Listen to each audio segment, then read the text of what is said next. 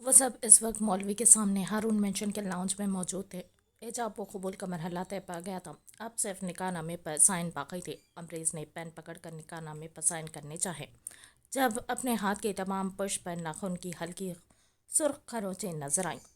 قریب بیٹھی ہانش نے بھیگی سرخ نگاہیں اٹھا کر اس کی جانب دیکھا، جس کی محبت بچپن سے اس کی رگوں میں پنجے گاڑے بیٹھی تھی۔ وہ جانتی تھی سامنے بیٹھا شخص اس وقت بے انتہا تکلیف میں ہے۔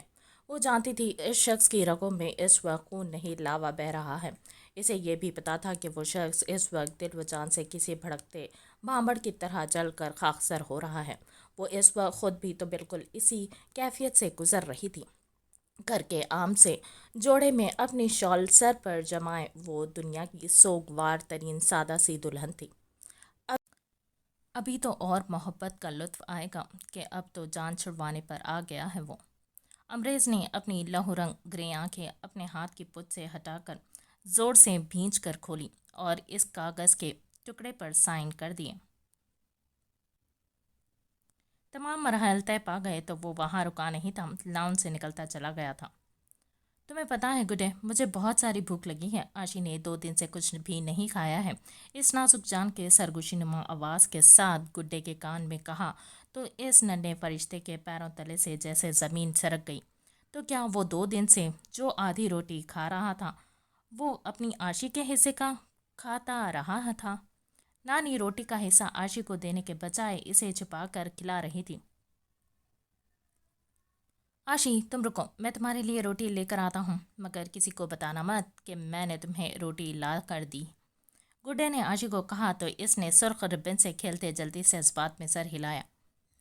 عصر کے بعد کا وقت تھا۔ وہ چپکے سے آشی کے پاس سے اٹھا اور دبے قدموں اوپر کے کمرے سے نیچے آیا۔ ابھی سیڑھیوں پر تھا جب طارق ماموں کی تیز آواز کانوں سے ٹکرائی۔ وہ اپنی بیٹی کو اس بھوکے ننگے خاندان میں نہیں بھیجنا چاہتے بابا، جہاں ان کی بیٹی بھوکی مرے، اوپر سے ایک پاگل کا اضافی خرچ اور دوائیں۔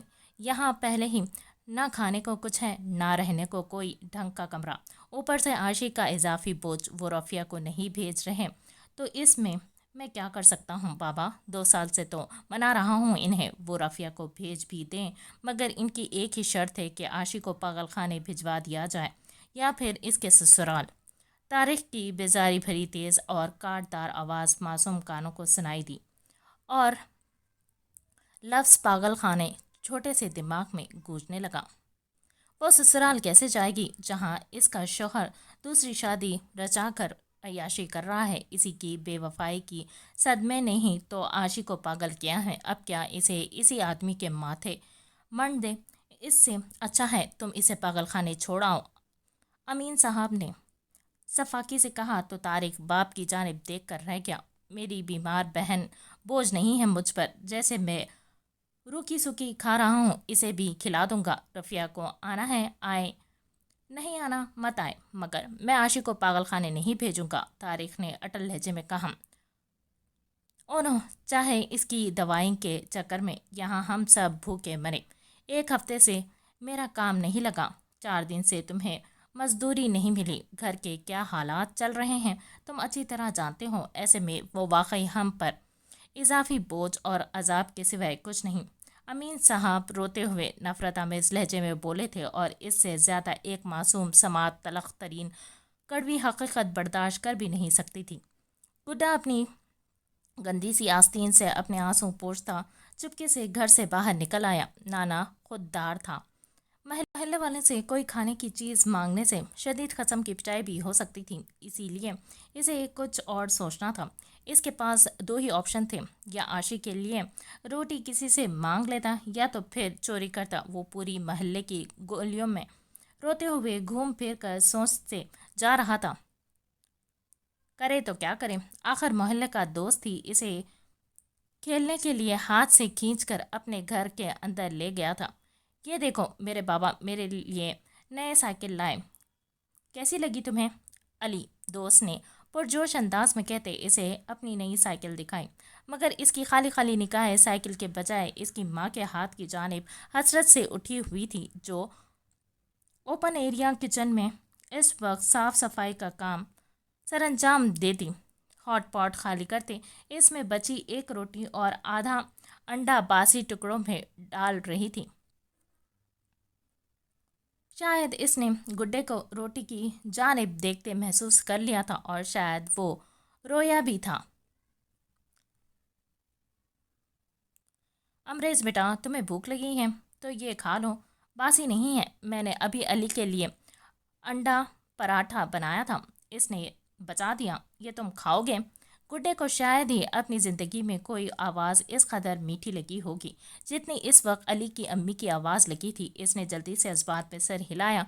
तब अली की अम्मी ने नई चंगेरी में इसे वो पराठा और अंडा रख कर दिया। मगर ओ आंटी, नानी ने मुझे काम पर भेजा था, नहीं करूँगा तो मारेगी, मैं ये रोल बनाकर खाता हुआ चला जाऊँगा। गुड्डे ने मासूमियत से पूछा तो अली की अम्मी ने मुस्कुराते इसे पराठे में अंडा फोल्ड करके इसे साफ कागज़ में लपेट कर थमाया। ये लो बेटा। इन्होंने इसे रोल थमाया। गुड्डे ने जल्दी से इसे थामा और इनके घर से बाहर निकला। वो यूं खुश था जैसे दुनिया फतेह कर ली हो।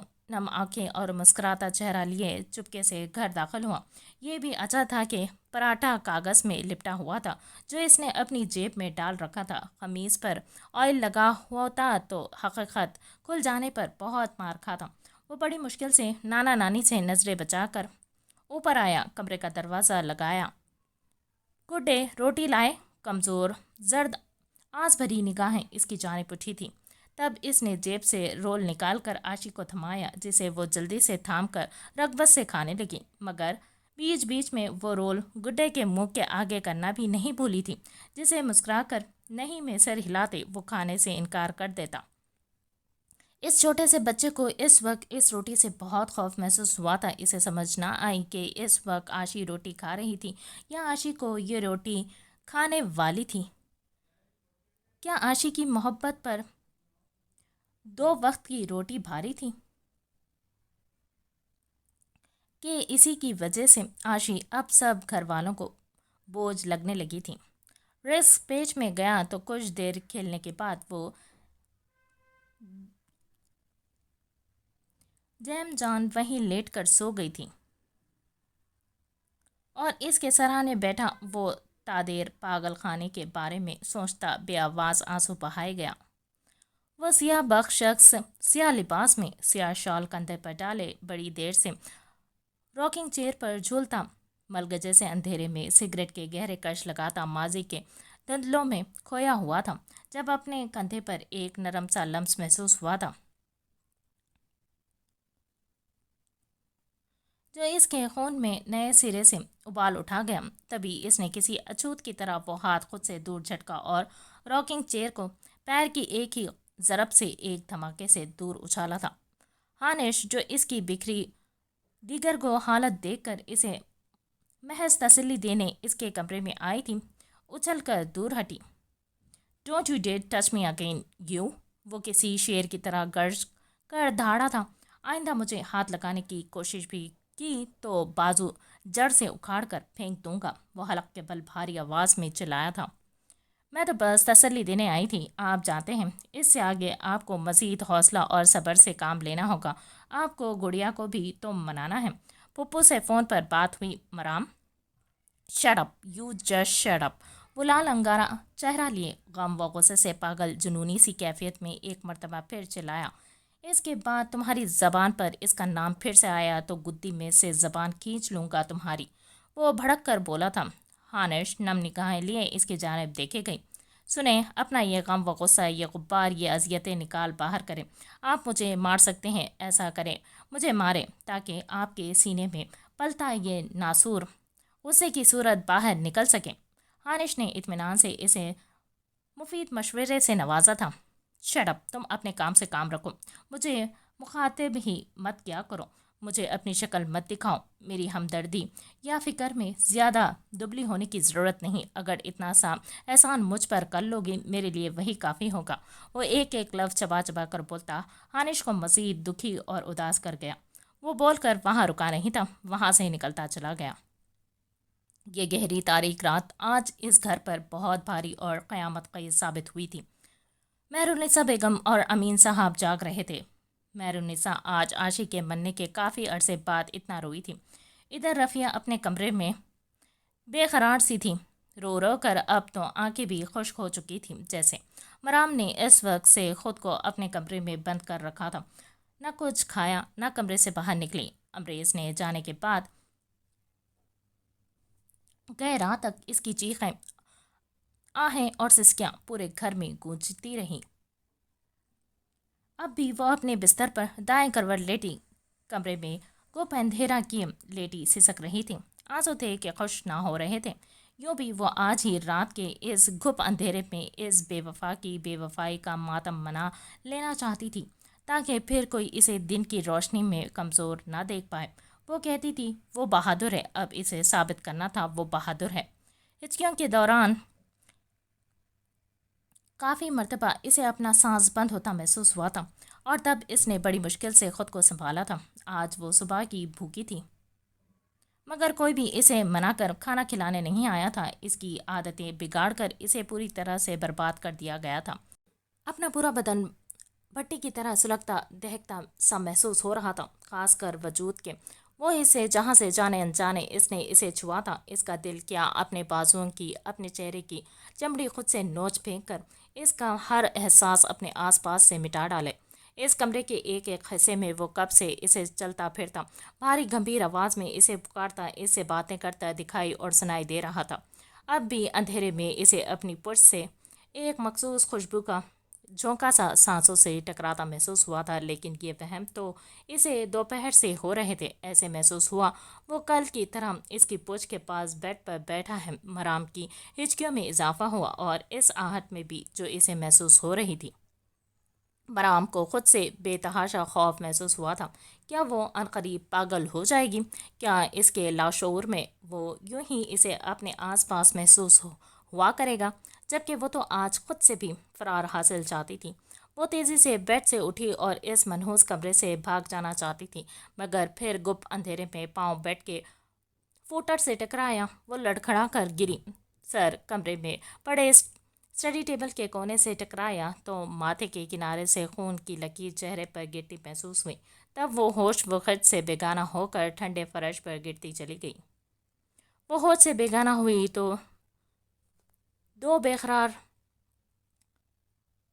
بے سکون ماہی بھی آپ کی طرح تڑپتی باہوں نے اسے خود میں بھرا تھا۔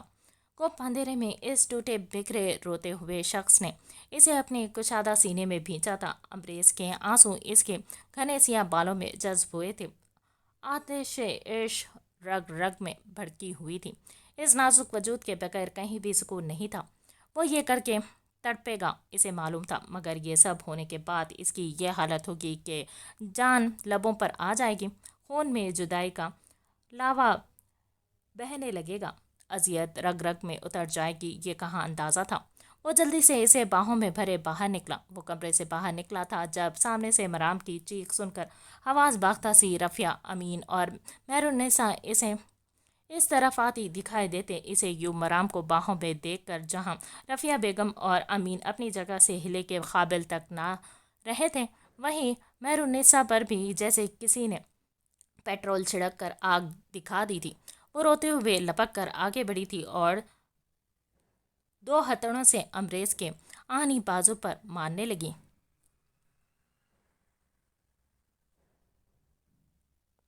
ارے ناخالف، ناہنجار، بے غیرت انسان، ہمت کیسے ہوئی میری پوتی کو اب ہاتھ لگانے کی؟ میں کہتی ہوں نیچے اتارو اسے۔ کوئی تعلق نہیں تمہارا ہم سے یا اس سے، اور کتنا رسوا کرنا ہے اسے، کتنی تکلیف دینی ہے۔ یہ ایک ہی مرتبہ جان سے مار ڈالو غریب جان کو۔ ان کے جو منہ میں آیا وہ چیختی رہی، جبکہ وہ سرخ سپاٹ چہرہ لیے یوں ہی ڈھیٹ بنا کھڑا رہا۔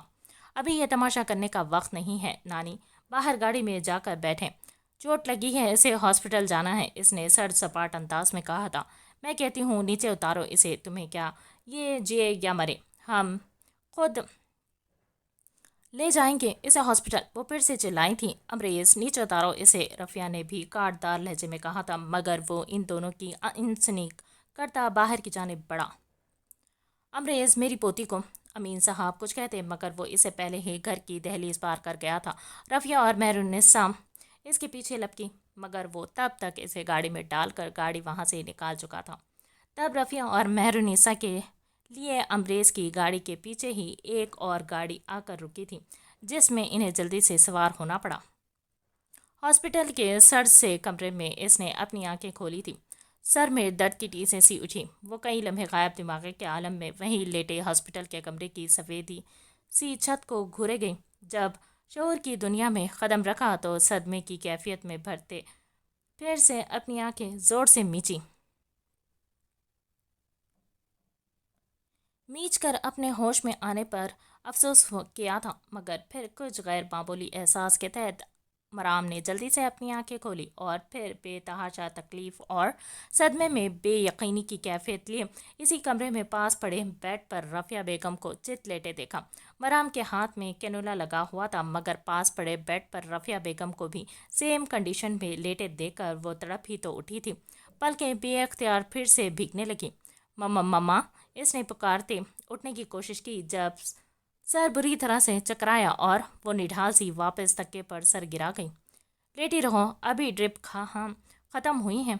अपनी पायती पर बैठी दादू की आवाज़ सुनाई दी तो मराम अब इनकी जान मतवज्जे हुई थी, जो बूढ़ी भीगी पलकें लिए बहू पोती पर आयतल कुर्सी पढ़ पढ़ कर फूंके मार रही थी। दादो, आह, सर में उठती टीसन की वजह से वो कर्रा कर रह गई। मामा को क्या हुआ है? मराम ने बमुश्किल पूछा था। कुछ नहीं, ठीक है रफ़िया, बस ज़रा सा बीपी हाई हो गया था। अब ठीक है बिल्कुल, दादी ने कहते इसे तसल्ली दी। आप तो ठीक है ना? वो भर्राई आवाज़ में बोली थी।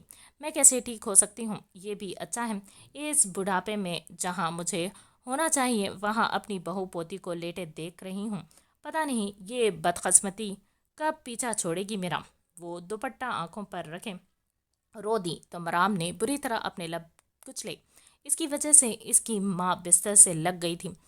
बूढ़ी दादी इसकी पायती पर बैठी रो रही थी। ये अजियत भी तुम कम नहीं थी। दादो, मैं ठीक हूँ। वो आंखें मीच कर अपने तमाम आंसू अपने अंदर गिराकर बूढ़ी जान को तसल्ली देना चाहती थी। वो कुछ नहीं बोली, बस जुरियों ज़दा चेहरे पर आंसू तवातर से बहने गए। वो खुद निडाल हुई पड़ी थी, मगर फिर ध्यान की सुई कहीं और जा अटकी। बदन पर जाने पहचाने लम्स की तपिश वजूद को बुरी तरह से दहकाने लगी। वो यहाँ तक कैसे पहुँची थी? रफ़िया बेगम को यहाँ कौन लाया? सवाल दिल में हलचल सी मचाने लगा। दादो, मुझे यहाँ कौन लाया था? इसने सपाट से लहजे में पूछा तो मेहरुन्निसा बेगम ने बेबसी के आलम में इसे घूरा। क्यों बीबी, तुम्हें क्या लगता है तुम्हें कौन लाया होगा यहाँ? अब भी किसी के झूठे आसरे और सहारे की उम्मीद लगाए बैठी हूँ कि शायद वो तुम्हें यहाँ लाया होगा। दादी चाहती थी वो मजबूत बन जाए और अपना गम भूलकर अपनी माँ पर और अपने मुस्तकबिल पर ध्यान दे, इसीलिए इसकी रूह पर गहरा वार किया। ये वारकारी भी साबित हुआ। तभी वो बिलबिला उठी थी। बिल्कुल नहीं, मुझे किसी से कोई आसरा या उम्मीद नहीं है, किसी का सहारा नहीं चाहिए, वो सपाट लहजे में कहना चाहती थी, मगर आवाज़ भरा गई और आंखों के कोनों से आंसू निकलकर तकिए में जज्ब हुए। मैं और तुम्हारी माँ लाए थे तुम्हें यहाँ, और हॉस्पिटल में आकर तुम्हें इस हालत में देखकर तुम्हारी माँ की भी तबीयत खराब हो गई तो इसे भी दाखिल करवा दिया। दादू ने इससे निगाह चुरा कर कहा था। निगाह के सामने वो मंजर पूरी आब व ताब से घुमा जब मराम के कमरे में से राना अमरेज हैदर इन्हें और रफ़िया बेगम को मराम के बेहोश खून आलूद वजूद को बाजों में भरे निकलता दिखाई देता था। तब इन्हें इस पर बेतहाशा गुस्सा आया था और वो डीठ शख्स अपनी नई नवेली दुल्हन के पास होने के बजाय अब भी हॉस्पिटल में इसी कमरे के बाहर मौजूद था। मगर मेहरुन्निसा नहीं चाहती थी इस बात की भनक भी मराम को लगे।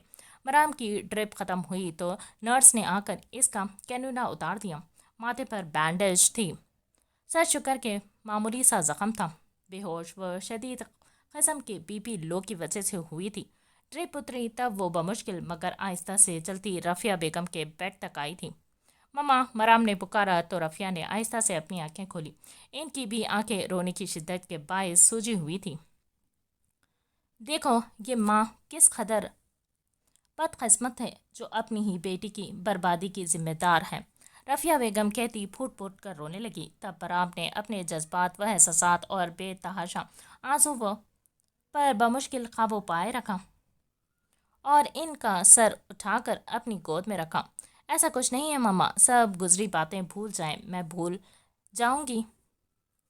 بھی بھول جاؤں گی۔ مرام نے اپنے کلیجے پر پہاڑ جتنا پتھر رکھ کر بے تاثر لہجے میں کہا تھا۔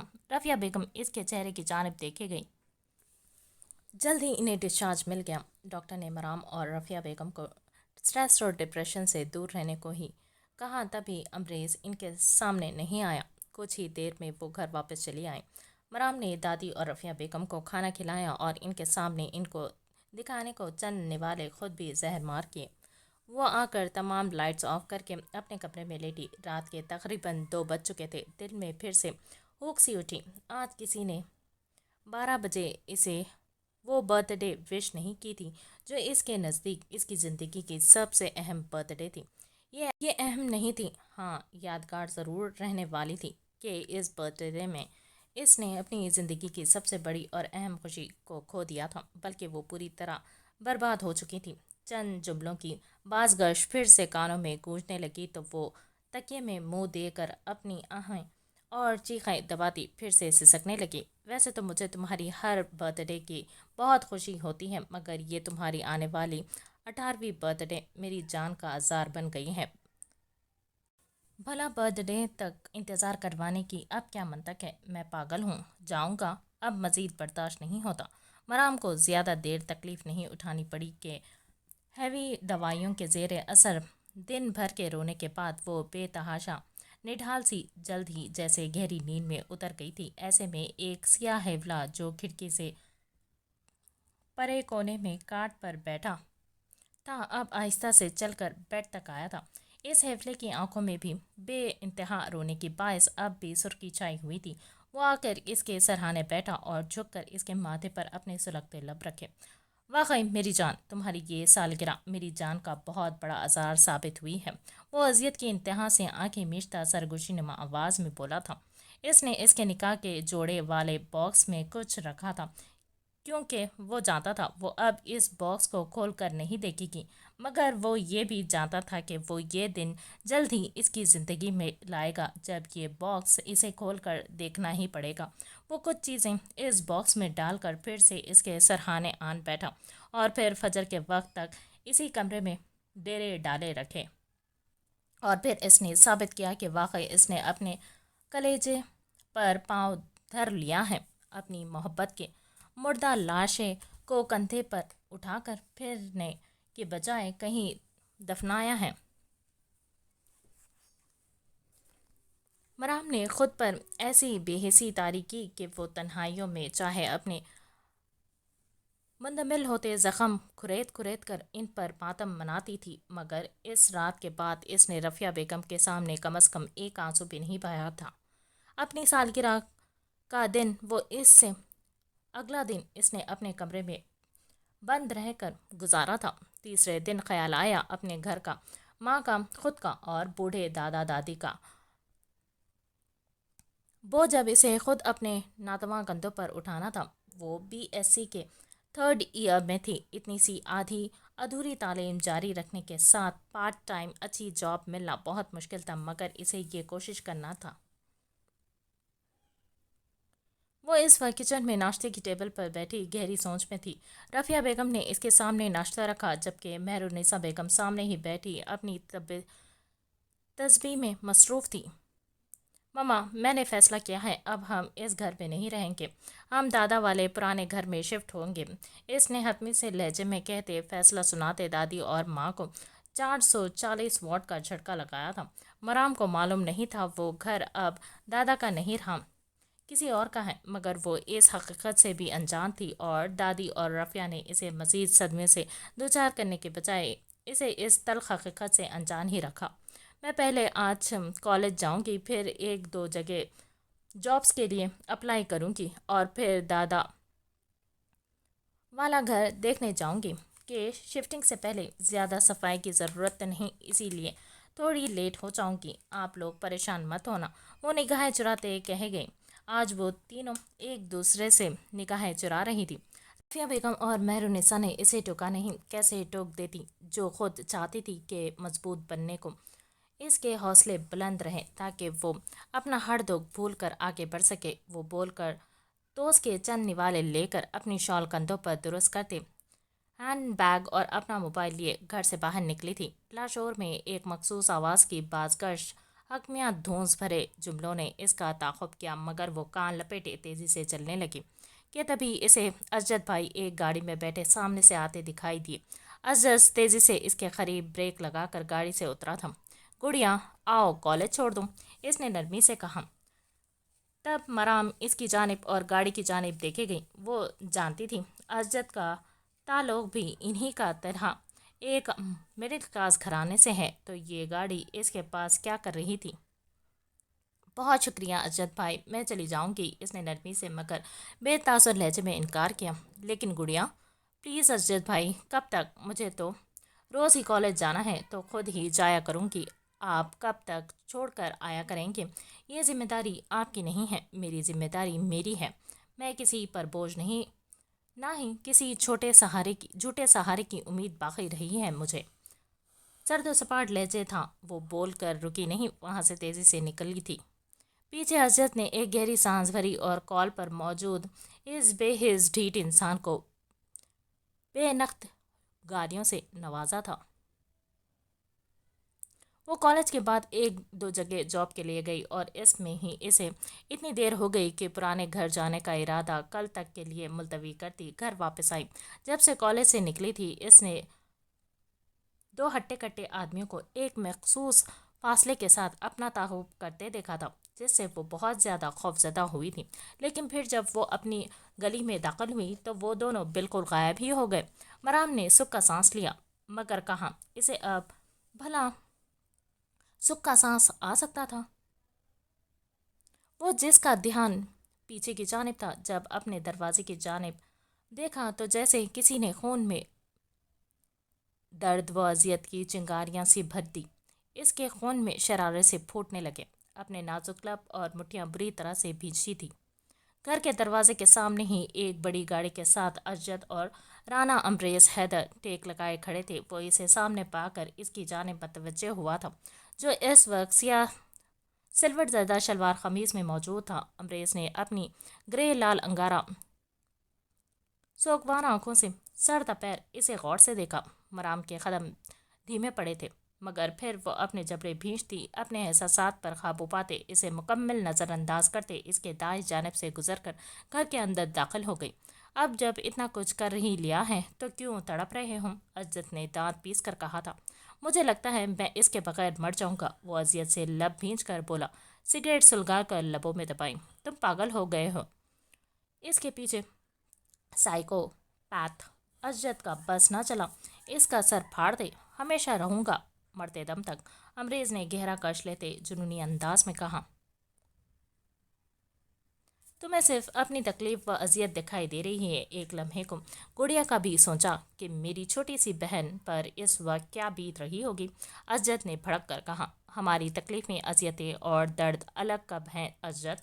اچھی طرح جانتا ہوں اس پر کیا گزر رہی ہیں، مگر میں جلد ہی اس کی ہر اذیت، درد اور تکلیف کا ازالہ کرتے اس کی زندگی خوشیوں کے رنگوں سے بھر دوں گا، امبریز نے کہتے آدھی ادھوری سگریٹ بجھا کر نیچے پھینکی، پاؤں سے ملی اور گھر کے دروازے کی جانب قدم بڑھائے۔ گھر کے اندر داخل ہوئی تو ایک اور شدید قسم کا جھٹکا کھانے کو ملا تھا۔ اندر صحن میں کرسیاں لگا کر رفیہ، دادو، دادا، افروز احمد اور ہانش بڑے سکون سے بیٹھے باتیں کر رہے تھے، جیسے کہ کچھ ہوا ہی نہ ہو، جیسے سب کچھ ٹھیک ٹھاک اور نارمل ہو۔ مگر گھر میں داخل ہوئی تھی تو ان سب کو یوں دیکھ کر سلام تک کرنا بھول گئی تھی۔ اسے سمجھ نہ آیا وہ کیا کہے۔ ان کے سامنے ٹیبل پر مٹھائیوں کے ٹوکرے دھرے تھے، اتنے میں اپنے پیچھے ایک مخصوص آہٹ کے ساتھ ایک خوشبوؤں کا جھونکا اندر آتا محسوس ہوا۔ سب اس کی جانب دیکھنے لگے۔ مرام نے یہاں موجود ایک وجود پر ایک سرسری سی نظر ڈالی۔ ہانش اسے 3 دن کی دلہن کہیں سے نہیں لگی تھی، جو ایک سادہ سے حلیے، ہلکے گرین کلر کے سوٹ میں عام دنوں جیسے حلیے میں، عام سے لباس میں تھی، مگر اب اسے اس سے کوئی فرق نہیں پڑتا تھا۔ فرق صرف اس بات سے پڑتا تھا کہ یہ لوگ اتنی ڈھٹائی کا مظاہرہ کرتے آخر تیسرے دن ہی یہاں کیوں موجود تھے۔ ہانش نے اس کی جانب نہیں دیکھا تھا، جانے کیوں، مگر اسے हानिश आपी की निगाहों में शर्मिंदगी सी महसूस हुई थी, मगर अफसोस ये शर्मिंदगी अब मराम तारिक के किसी काम की नहीं थी। क्या हानिश अमरेज हैदर ने मराम तारिक का सब कुछ छीनते, इससे इसकी ज़िंदगी छीनने इसका सब कुछ बर्बाद कर दिया था। मराम आओ पास बैठो हमारे, अफरोज़ अहमद ने पहले की तरह नरमी और मोहब्बत से इसे पुकारा था, लेकिन आज ये मोहब्बत मराम को दोगलेपन के सिवाय कुछ न लगी थी। मराम ने सवालिया सुर्ख और नम निगाहों से रफ़िया बेगम और दादो को देखा था। जाने क्या था, मगर पिछले 2-3 दिन के मुकाबले में आज दादू के चेहरे पर क़दरे सुकून और नाक़ाबिल फ़हम से तासुरात हैं। हाँ, रफ़िया ज़रूर बेकरारी से पहलू बदल रही थी। आखिर अफरोज़ अहमद की ही आवाज़ सहन में गूंजी थी। मराम मेरी बच्ची, जो कुछ हुआ इसे भूल जाओ। यहाँ सब जानते हैं कि तुम और अमरेज़ एक दूसरे को कितना चाहते हो। हम चाहते हैं कि तुम्हारा और अमरेज़ का जो निकाह कल होने वाला था वो आज हो जाए। हमें इस रिश्ते पर कोई एतराज़ नहीं, बल्कि मैं खुद ये रिश्ते लेकर आया हूँ। यहाँ हम सब चाहते हैं ये रिश्ता जुड़ जाए। बेटा, ठंडे दिमाग से फैसला लो और अपनी और सब बड़ों की खुशी की खातिर इस निकाह के लिए अपनी रजामंदी दे दो। अल्फाज थे कि पिघला हुआ सीसा जो मराम के कानों में उंडेला गया था। जुमले थे या नश्तर जो इसकी रूह, इज़्ज़त नफ्स और निस्वानियत पर गाड़े गए थे। क्या इस सब लोगों के लिए किसी को पूरी तरह बर्बाद करके इसके जज्बात से खेलना और फिर ये हमदर्दी का तमाशा लगाना इतना ही आसान था? अम्र मराम का चेहरा बिल्कुल सफ़ेद पड़ गया था। अगर वो अपने मामू को इतनी ही अजीज़ थी तो इन्होंने पहले इसकी मोहब्बत छीनने इसे अपनी बेटी की झोली में क्यों डाला था? क्या इन्हें ये पहले मालूम नहीं था कि वो अमरेज़ और वो एक दूसरे को कितना चाहते हैं? और अगर अब इसका रिश्ता अपने दामाद के लिए लाए तो इसे किसी की सेकंड चॉइस क्यों बनाना चाहते थे? और सबसे बढ़कर इसके पीछे खड़ा शख्स जो इससे बेवफाई का मर्तकब हुआ था, जिसने इसके एहसासात व जज्बात रौंदे थे, जो इसकी मोहब्बत का कातिल था। इसके लिए मराम के बचपन की मोहब्बत को अपने पैरों तले रोंदने के बाद अब महज अपनी जिद बनाते हुए पाने की ख्वाहिश रखना इस कदर आसान था। इसने हानिश की तरफ देखा था, जो बिल्कुल सादा चेहरा लिए इत्मीनान से वहाँ बैठी अपने शौहर की दूसरी शादी की बातें सुन रही थी। ना सिर्फ सुन रही थी बल्कि अपने बाप और शौहर के साथ इसके लिए रिश्ता लाई थी। क्या ये कोई मजाक था या इन लोगों ने इसकी पूरी ज़िंदगी मजाक बना दी थी? काश वो बदलिहाज, बदजबान और मुंहफट होती तो अभी राना अफरोज़ अहमद से पूछती कि महज 3 दिन पे इस आदमी का अपनी बीवी और आपकी बेटी से दिल भर गया है, जो दूसरी शादी रचाने को तैयार है। आप ये रिश्ता मेरे लिए लाएं मामू जान, आपका बहुत शुक्रिया, लेकिन मुझे ये रिश्ता मंजूर नहीं। बल्कि आपका दामाद अब दुनिया का आखिरी मर्द भी हुआ तो कम अज़ कम मराम तारिक इनका साथ कबूल करने के बजाय मौत को तरजीह देगी। दोबारा अगर यहाँ कोई इस सिलसिले में तशरीफ़ लाया तो मैं ख़ुद पर पेट्रोल छिड़क कर आग लगा दूंगी। वो लाल बबू का चेहरा लिए सुर्ख काटदार लहजे में बोली थी। लाख चाह आंखें नम ना हो, मगर आंसू तवातर से सुर्ख गाल भिगो गए थे। इसके एक एक क्लास पर पीछे खड़े अमरेज का चेहरा भी सुर्ख पड़ गया था, आंखों में जैसे खून उतर आया था, मगर वो जबड़े भींचते खड़ा रहा। अमीन, मेहरुनिसा और हानिश खामोशी से सब सुन रहे थे, जबकि रफ़िया बेगम बे आवाज़ आंसू बहा रही थी। लेकिन मराम बेटा, अफरोज़ अहमद अपनी जगह से उठकर तेज़ी से इसे अपने सीने से लगाने इसके करीब आए थे, मगर वो बुदक कर 2 कदम पीछे हटी। नहीं हूँ मैं आपकी बेटी। अगर होती तो खैर छोड़े, मेरा आप लोगों की फैमिली से कोई ताल्लुक़ नहीं और आइंदा कोई अजनबी मेरे घर में तशरीफ़ नहीं लाए। मराम ने रोते हुए किसी की जानिब इशारा किया था। सब अच्छे से समझ गए थे। मराम ने रोते हुए किसकी जानिब इशारा किया था, सब अच्छे से समझ गए थे। इसकी बात पर अफरोज़ अहमद तड़प कर उठे।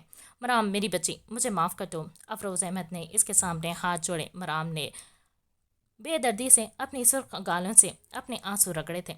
ठीक है, मैं आपको माफ़ कर सकती हूँ, एक शर्त पर। मराम ने कहा तो सबको जैसे सांप सूंघ गया था, मगर अमरेज अब 2 कदम चलकर इसके सामने आया था।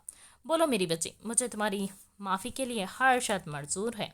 अफरोज़ अहमद का भीगा लहजा काफ़ी मजबूत था।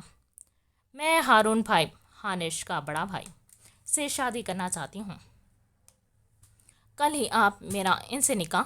मराम, वो सफाकी से बोल रही थी जब राना अम्ब्रेज हैदर की शेर सी गर्जदार धाड़ पर मराम के अल्फाज मुंह में ही कहीं गुम हो गए।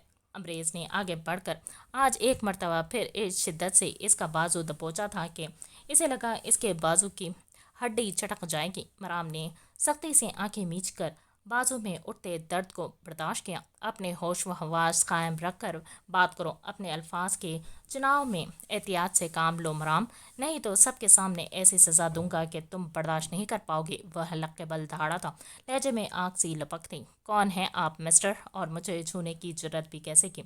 अपने कंधे हाथ मुझसे दूर रख कर बात करें।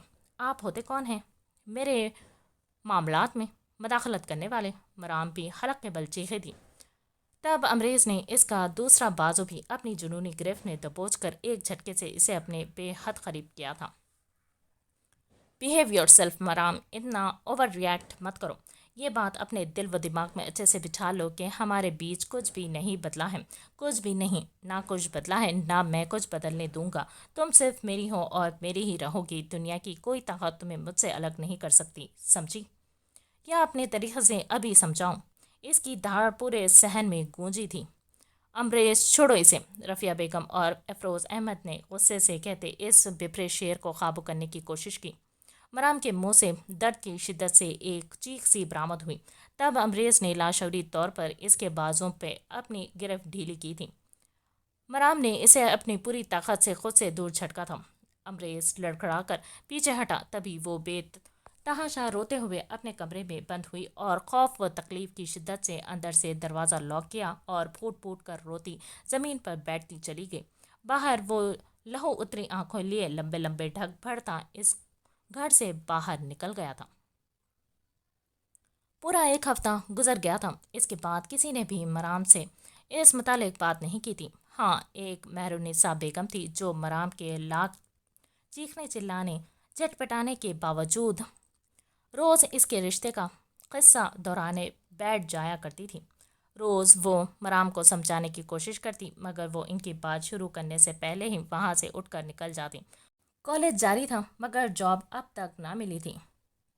वो जब भी घर से बाहर निकलती इसे ऐसा महसूस होता कोई इस ताक़ुब कर रहा है, मगर फिर इसे अपना वहम जाना। अब भी जॉब की तलाश में ख्वार होकर वो थकी हारी घर में दाखिल हुई तो हर तरफ हू का आलम था। इसे खाली घर से काफ़ी भय महसूस हुआ था। अम्मी, बुलंद आवाज़ में इसने आवाज़ दी, मगर जवाब नदारद पाया तो अपने माथे पर हाथ मारकर गुज़िश्ता गुजरे हादसात ने इसके वजूद को शिकस्ता व खरत से दो चार करके किसी कदर खोखला कर दिया था कि वो इस कदर चीज़ें भूलने लगी थी। अभी कल ही तो रफ़िया बेगम ने इसे बताया था कि वो आज बेबी पुप्पू पड़ोसी की तरफ महफिल मिलाद में जाएगी। वो गहरी सांस भरते कंधों से शॉल उतारकर बैग लेकर सीधा अपने कमरे में आई थी।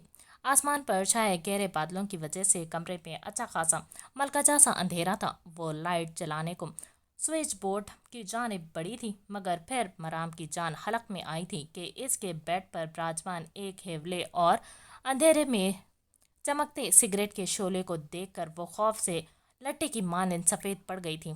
कौन है यहाँ? वो तेज़ी से स्विच बोर्ड की जानिब लपकी।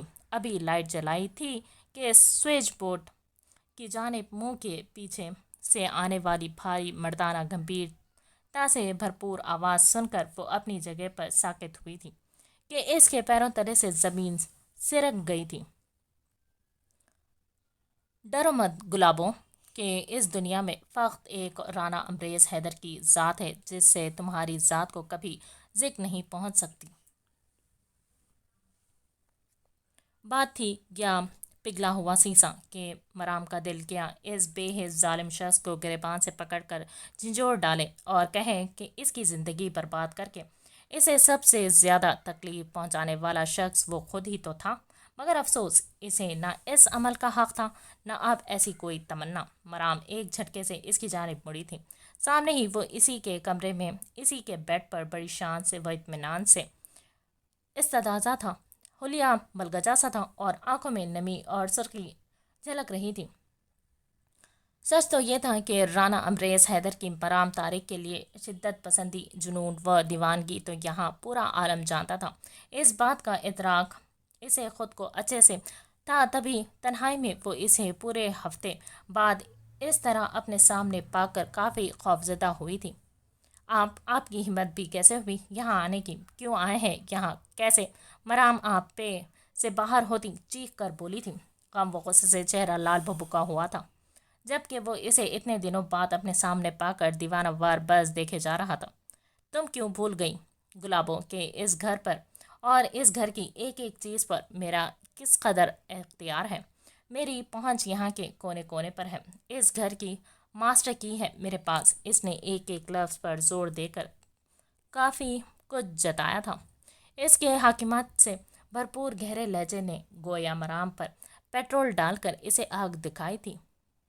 آپ ابھی اور اسی وقت چلے جائیں یہاں سے، کہتے ہوئے مرام نے ہاتھ کی انگلی سے اسے گھر سے باہر کا راستہ دکھایا تھا۔ تم نے رشتے سے انکار کیوں کیا گلابوں؟ جواب دو مجھے، امبریز نے اتنے اطمینان سے اس سے پوچھا تھا کہ مرام کی آنکھیں حیرت و صدمے سے پھٹ سی گئی تھی۔ کیوں؟ نئی نویلی امیر و دولت مند دلہن سے اتنی جلدی دل بھر گیا ہے آپ کا، جو اب مجھے اپنے دام میں پھنسانے آئے ہیں آپ؟ نفرت سے بھرپور حقارت بھرا لہجہ تھا کہ وہ اس کی جانب دیکھ کر رہ گیا۔ وہ بیڈ سے اتر کر اس کے سامنے آیا تھا۔ مرام نامحسوس انداز میں ایک قدم پیچھے ہٹی تھی۔ اسے بھول جاؤ جانم، ایسے سوچو کہ وہ ہماری زندگی میں کبھی آئی ہی نہیں۔ آج جب نانو دوبارہ نکاح کی بات کریں گی تو انکار مت کرنا۔ اس نے انتہائی بے حسی اور ڈٹائی کا مظاہرہ کیا تھا کہ پل پل مرام کو ایک نیا جھٹکا مل رہا تھا۔ یہ انکار میرے جیتے جی کبھی اقرار میں نہیں بدلنے والا، لہٰذا آپ ابھی اسی وقت دفع ہو جائیں یہاں سے۔ گیٹ لاسٹ، نکل جائیں میری زندگی سے۔ اگر تھوڑی سی بھی غیرت اور رشتوں کا لحاظ آپ میں باقی ہے تو آئندہ میری آنکھوں کے سامنے مت آئیے گا، چلے جائیں یہاں سے۔ وہ بولی نہیں، حلق نے بس چلائی تھی، مگر مقابل نے تو جیسے ڈھرائی کی کون سی گٹی گھول کر پی رکھی تھی، جو آگے بڑھ کر نرمی سے اس کا ہاتھ تھاما تھا۔ مرام کی نگاہیں خوف و وحشت اور اس کی اس قدر جرأت پر پھیل سی گئی تھی۔ ہاتھ مت لگائے مجھے، وہ پھنکار کر بولی تھی۔ تب اس نے سلجھو انداز میں نرمی سے اس کا ہاتھ چھوڑ دیا تھا۔ اچھا، نہیں لگا رہا ہاتھ کہ نہ ابھی کوئی حق ہے نہ ایسی کوئی خواہش، اور غصہ بھی مت کرو۔ نہیں کروں گا شادی کی بات۔ لہجہ نرمی بھرا دھیما ہو چکا تھا۔ مرام کو اس وقت اس خالی گھر سے وحشت سی محسوس ہوئی تھی، تبھی لب بھیجے کھڑی رہی۔ مرام، گھر میں کچھ کھانے کے لیے ہے تو مجھے دے دو، میں نے 2 دن سے کچھ بھی نہیں کھایا ہے، بہت بھوک لگی ہے۔ اب کی بار لہجہ التجائیہ تھا۔ ڈارک بلو پینٹ اور فیروزی شرٹ میں وہ چاہت کا شاہکار شخص اس وقت پہلے کی طرح منت بھرے لہجے میں اس سے کھانا مانگ رہا تھا۔ مرام کو پہلے حیرت کا جھٹکا لگا، پھر دل میں اس کی بھوک کا خیال آتے ہی پہلے کی طرح ہی تڑپ سی محسوس ہوئی، مگر پھر اگلے ہی لمحے اپنے ان احساسات پر لعنت بھیجتے وہ غصے سے بھڑک اٹھی۔ اپنی بیوی سے جا کر مانگے کھانا، میں نے ہر کسی ایرے غیرے کا ٹھیکہ نہیں اٹھا رکھا، نہ مجھ پر آپ کوئی ایسا حق رکھتے ہیں جو دھڑلے سے اپنے کام مجھے کہیں گے۔ جواب سن لیا، اب جائیں یہاں سے۔ صفاقی بھرا جواب تھا۔ امبریز کے دل کو ٹیسے سی پہنچی تھی، جو اس کی گرے آنکھوں سے نمی کی صورت فوراً ظاہر بھی ہو گئی تھی، جسے دیکھ کر مرام نے بے اختیار اپنی مٹھیاں بیچی تھی۔ وہ دانستہ اس سے اپنی نگاہیں ہٹا گئی تھی۔ جانتا ہوں تم پر کوئی حق نہیں رکھتا، مگر ابھی میں نے تمہیں اپنی کزن اور دوست کی حیثیت سے کھانا دینے کا کہا تھا۔ یقیناً تمہارے دروازے پر اس وقت کوئی بھکاری بھی تم سے کھانے کا سوال کرتا تو تم اسے بھی انکار نہیں کرتی مرام، مگر شاید میرے لیے تمہارے پاس وہ بھیک بھی نہیں بچی۔ خیر، کوئی بات نہیں، جا رہا ہوں، باہر آ کر دروازہ لاک کر لو۔ نانو اور نانا کو ہاسپٹل چھوڑ کر آیا تھا۔ کسی بھی دستک پر جب تک مما کی آواز سنائی نہ دے دروازہ مت کھولنا، اللہ نگہبان، وہ کہہ کر جانے لگا۔ رکیں، کھانا گرم کر رہی ہوں، صحن میں بیٹھیں، جا کر لگا دیتی ہوں کھانا۔ مرام نے خود کو کہتے سنا اور پھر اگلے ہی لمحے اپنی اس قدر خدا ترسی یا رحم دلی یا پھر خصوصاً اس کے شخص کے لیے دل میں موجود اس کم بخت نرم گوشے کو جی بھر کر کوستے وہ بھیگی پلکیں اور غصے کی انتہا سے سرخ چہرہ لیے کمرے سے فوراً باہر نکل گئی۔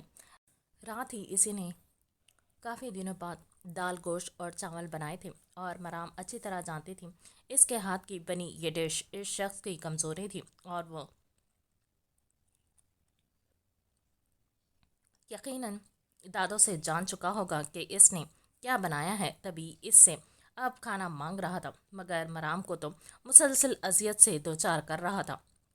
ابریز نے اس کی پشت کو حسرت و محبت کی نگاہ سے دیکھا۔ وہ اس کے پیچھے ہی کمرے سے باہر نکلا، مگر صحن میں بیٹھے کی بجائے کچن میں چلا آیا۔ باہر صحن میں بیٹھے وہ غرائی، مرام پلیز۔ اس قدر عجیب لہجہ تھا کہ مرام کے لبوں کو چپ لگی۔ وہ سر جھٹک کر کھانا گرم کرنے لگی، کھانا نکال کر اس کے سامنے لگایا۔ وہ شرافت کا مظاہرہ کیے چپ چاپ بس اس کے کالی چپل میں موجود سفید وہ گلابی پیروں کی جانب دیکھے گیا۔ جب مرام نے اس کے سامنے کھانا رکھا تو وہ واقعی بڑی رغبت سے کھانا کھانے لگا، یوں جیسے جانے کتنے دن کا بھوکا تھا۔ مگر پھر کھانا کھانے کے دوران اس کی گرے آنکھیں جیسے اتنے دنوں بعد مسکرائی تھی۔ مرام اپنا کھانا پلیٹ میں نکال کر سلیب پر رکھ کر ہی کھانے لگی۔ ڈائننگ ٹیبل پر بیٹھنے کی توفیق نہیں کی۔ وہ جانتی تھی کہ وہ کھانے کے بعد چائے پیتا ہے اور بہت لاشعوری طور پر نامحسوس اور غائب دماغی کے سے عالم میں اس نے چائے کا پین چولہے پر رکھا تھا۔ اس کے اس عمل سے پیچھے بیٹھے شخص کی رگوں میں آج اتنے دنوں بعد سکون کی ایک لہر سی دوڑ گئی تھی۔ مرام نے چائے بنا کر ایک کپ خود لیا اور باقی کی مگ میں ڈال کر اس کی سامنے ٹیبل پر رکھ دی۔ وہ کھانا کھا چکا تو گھونٹ گھونٹ چائے حلق میں اونڈیلتا، ساتھ اس کے دیدار سے فیض یاب ہوتا۔ اب اتنے دنوں بعد رگوں میں سکون اترتا محسوس کیے گیا۔ رفیہ بیگم نے اس کے پیچھے سے دودھ گرم نہیں کیا تھا، شاید ان کے پاس وقت نہیں تھا، تبھی اب وہ فریزر میں سے پتیلی نکال کر اسے چولہے پر رکھ گئی تھی۔ وہ کھانا کھا چکی، اپنی کمر پر دو گہری نگاہوں کی جھلسا دینے والی تپش محسوس ہونے پر بری طرح سے پہلو بدلتے چائے کے گرم گھونٹ حلق میں اتارنے لگی، مگر پھر دفعتاً حلق سے ایک دلخراش چیخ برآمد ہوئی تھی۔ پیچھے بیٹھے شخص نے اپنی پوری طاقت سے اس کے سر پر اوڑھا دوپٹہ کھینچ کر اس کے وجود سے الگ کیا تھا۔ امریز حلق کے بل چیخ کر پکارتے اس نے پیچھے مڑ کر بغیر سوچے سمجھے اور دیکھے اس کے چہرے پر ایک زناتے ڈار تھپڑ جڑا تھا۔ چٹاخ کی آواز پورے کچن میں گونجی۔ امریز اپنی جگہ پر پتھر کا بت بنے ساکت ہوا تھا۔ گردن اور ہاتھوں کی رگیں شدت برداشت کی وجہ سے پھول گئی تھیں۔ وہ سیکنڈز میں پورے کا پورا سرخ پڑ گیا تھا۔ مرام نے اپنا تیزی سے جلتا دوپٹہ اس کے ہاتھوں میں دیکھ بے یقینی سے اپنے لبوں پر دونوں ہاتھ رکھے تھے۔ بے دھیانی میں چائے پیتے کب اس کی پشت پر گرے پلو کو دودھ کی پتیلی کے نیچے سے آگ نے پکڑا، اسے پتہ ہی نہیں چلا تھا۔ امریز صدمے کی سی کیفیت میں پتھر کا بت بنا کھڑا رہا، پھر تیزی سے جلتا دوپٹہ اس کے ہاتھ سے پھسل کر زمین پر گرا، مگر پھر اچانک وہ زمین پر بیٹھ کر دوپٹے کو اپنے دونوں ہاتھوں سے بجانے لگا۔ امریز ہاتھ جل رہے ہیں آپ کے، مرام چلائی تھی کہ ریشمی دوپٹے کے جلے حصے اس کی نگاہ کی پوروں اور ہتھیلیوں پر تیزی سے چپکنے لگے، مگر جانے جنون و دیوانگی اور غصے کی انتہا کا وہ کون سا عالم تھا کہ وہ کسی بھی چیز کی پرواہ کیے بغیر دوپٹے کے جلے ہوئے حصے پر اپنے ہاتھ مارتا رہا۔ امریز پاگل ہو گئے ہیں، آپ کے ہاتھ جل رہے ہیں۔ مرام نے اب غصے سے غراتے اس کے بازوں سے شرٹ دبوچ کر اسے پوری طاقت سے وہاں سے اٹھانے کی کوشش کی تھی۔ دور رہو مجھ سے، ہاتھ مت لگاؤ، وہ بلند آواز میں دھاڑا تھا کہ مرام اچھل کر جھٹکے سے پیچھے ہٹی تو اس کی کمر سلیب سے ٹکرائی۔ مرام کی بھی برداشت یہیں تک تھی، وہ اب پھوٹ پھوٹ کر رونے لگی تھی۔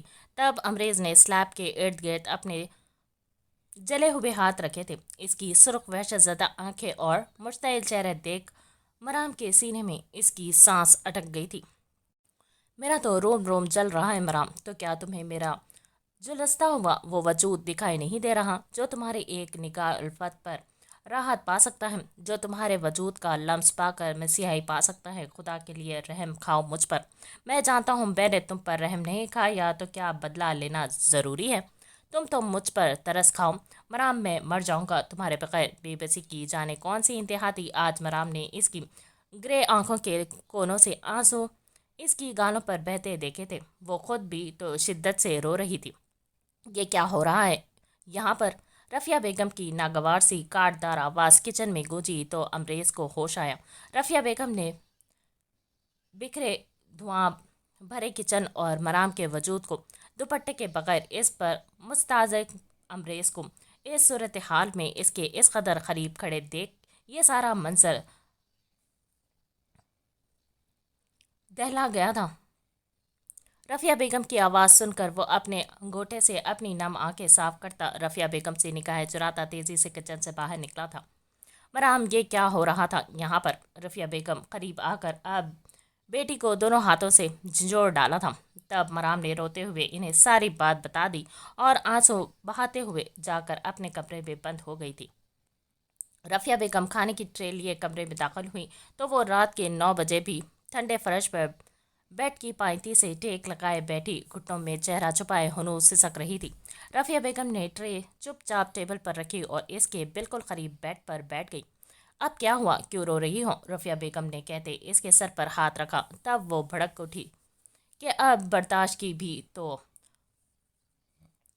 हद पार हो गई थी। मामा, अब बर्दाश्त नहीं होता। आखिर वो समझते क्या है अपने आप को?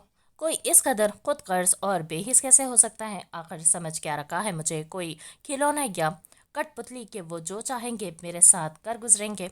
मैं नफरत करती हूँ इनसे जो हर रात अपना वक्त अपनी बीवी के पहलू में गुजार कर दिन के उजाले में मुझ पर अजाब बनकर नाजिल हो जाते हैं। मुझे नफरत है इनसे। मैं शक्ल भी नहीं देखना चाहती इनकी। आखिर वो क्यों कर रहे हैं मेरे साथ ऐसा? वो चटक पड़ी थी।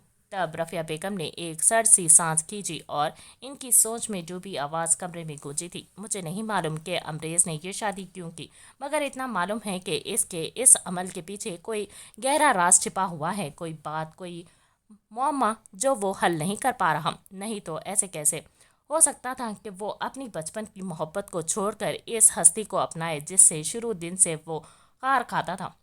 और रही बात अपना वक्त अपनी बीवी के पहलू में गुजारने की, तो वो तो निकाह की रात भी यहाँ हमारे पास था। तुम्हें हॉस्पिटल वही लेकर गया था, हॉस्पिटल में मौजूद रहा। इसके बाद का तमाम वक्त यहाँ घर पर गुजारा। इसके बाद से हर रात वो रात को यहीं मौजूद होता है तुम्हारी दादी के पास। जाने क्यों, मगर मुझे तो बिल्कुल समझ नहीं आ रही ये क्या हो रहा है।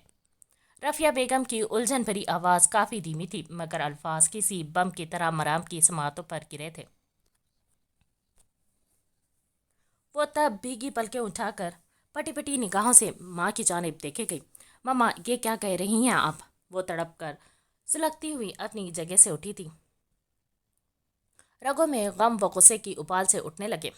यही सच है, रफिया बेगम ने संजीदगी से कहा। इनकी हिम्मत कैसे होती है यहाँ कदम भी रखने की? आपने इन्हें यहाँ आने से मना क्यों नहीं किया? वो चीख पड़ी थी। दिल में कहीं एक खौफ सा सर उठा गया कि अक्सर रात को जो इसे अपने आसपास आहटें सी महसूस होती हैं, क्या वो वहम कोई भयानक हकीकत तो नहीं? तब रफिया बेगम ने बेबसी से इसकी जानिब देखा और इसे हाथ से पकड़कर बेड पर बिठाया। मराम, खुदा के लिए, मेरा बीपी पहले बहुत हाई है, मुझे और परेशान मत करो। ये इसकी नानी का घर है, मैं इसे कैसे मना कर सकती हूँ यहाँ आने से? माँ बनकर पाला है इसे मैंने। ममता को खींच पड़ती है इसके लिए। कभी बेटे की कमी महसूस नहीं होने दी इसने।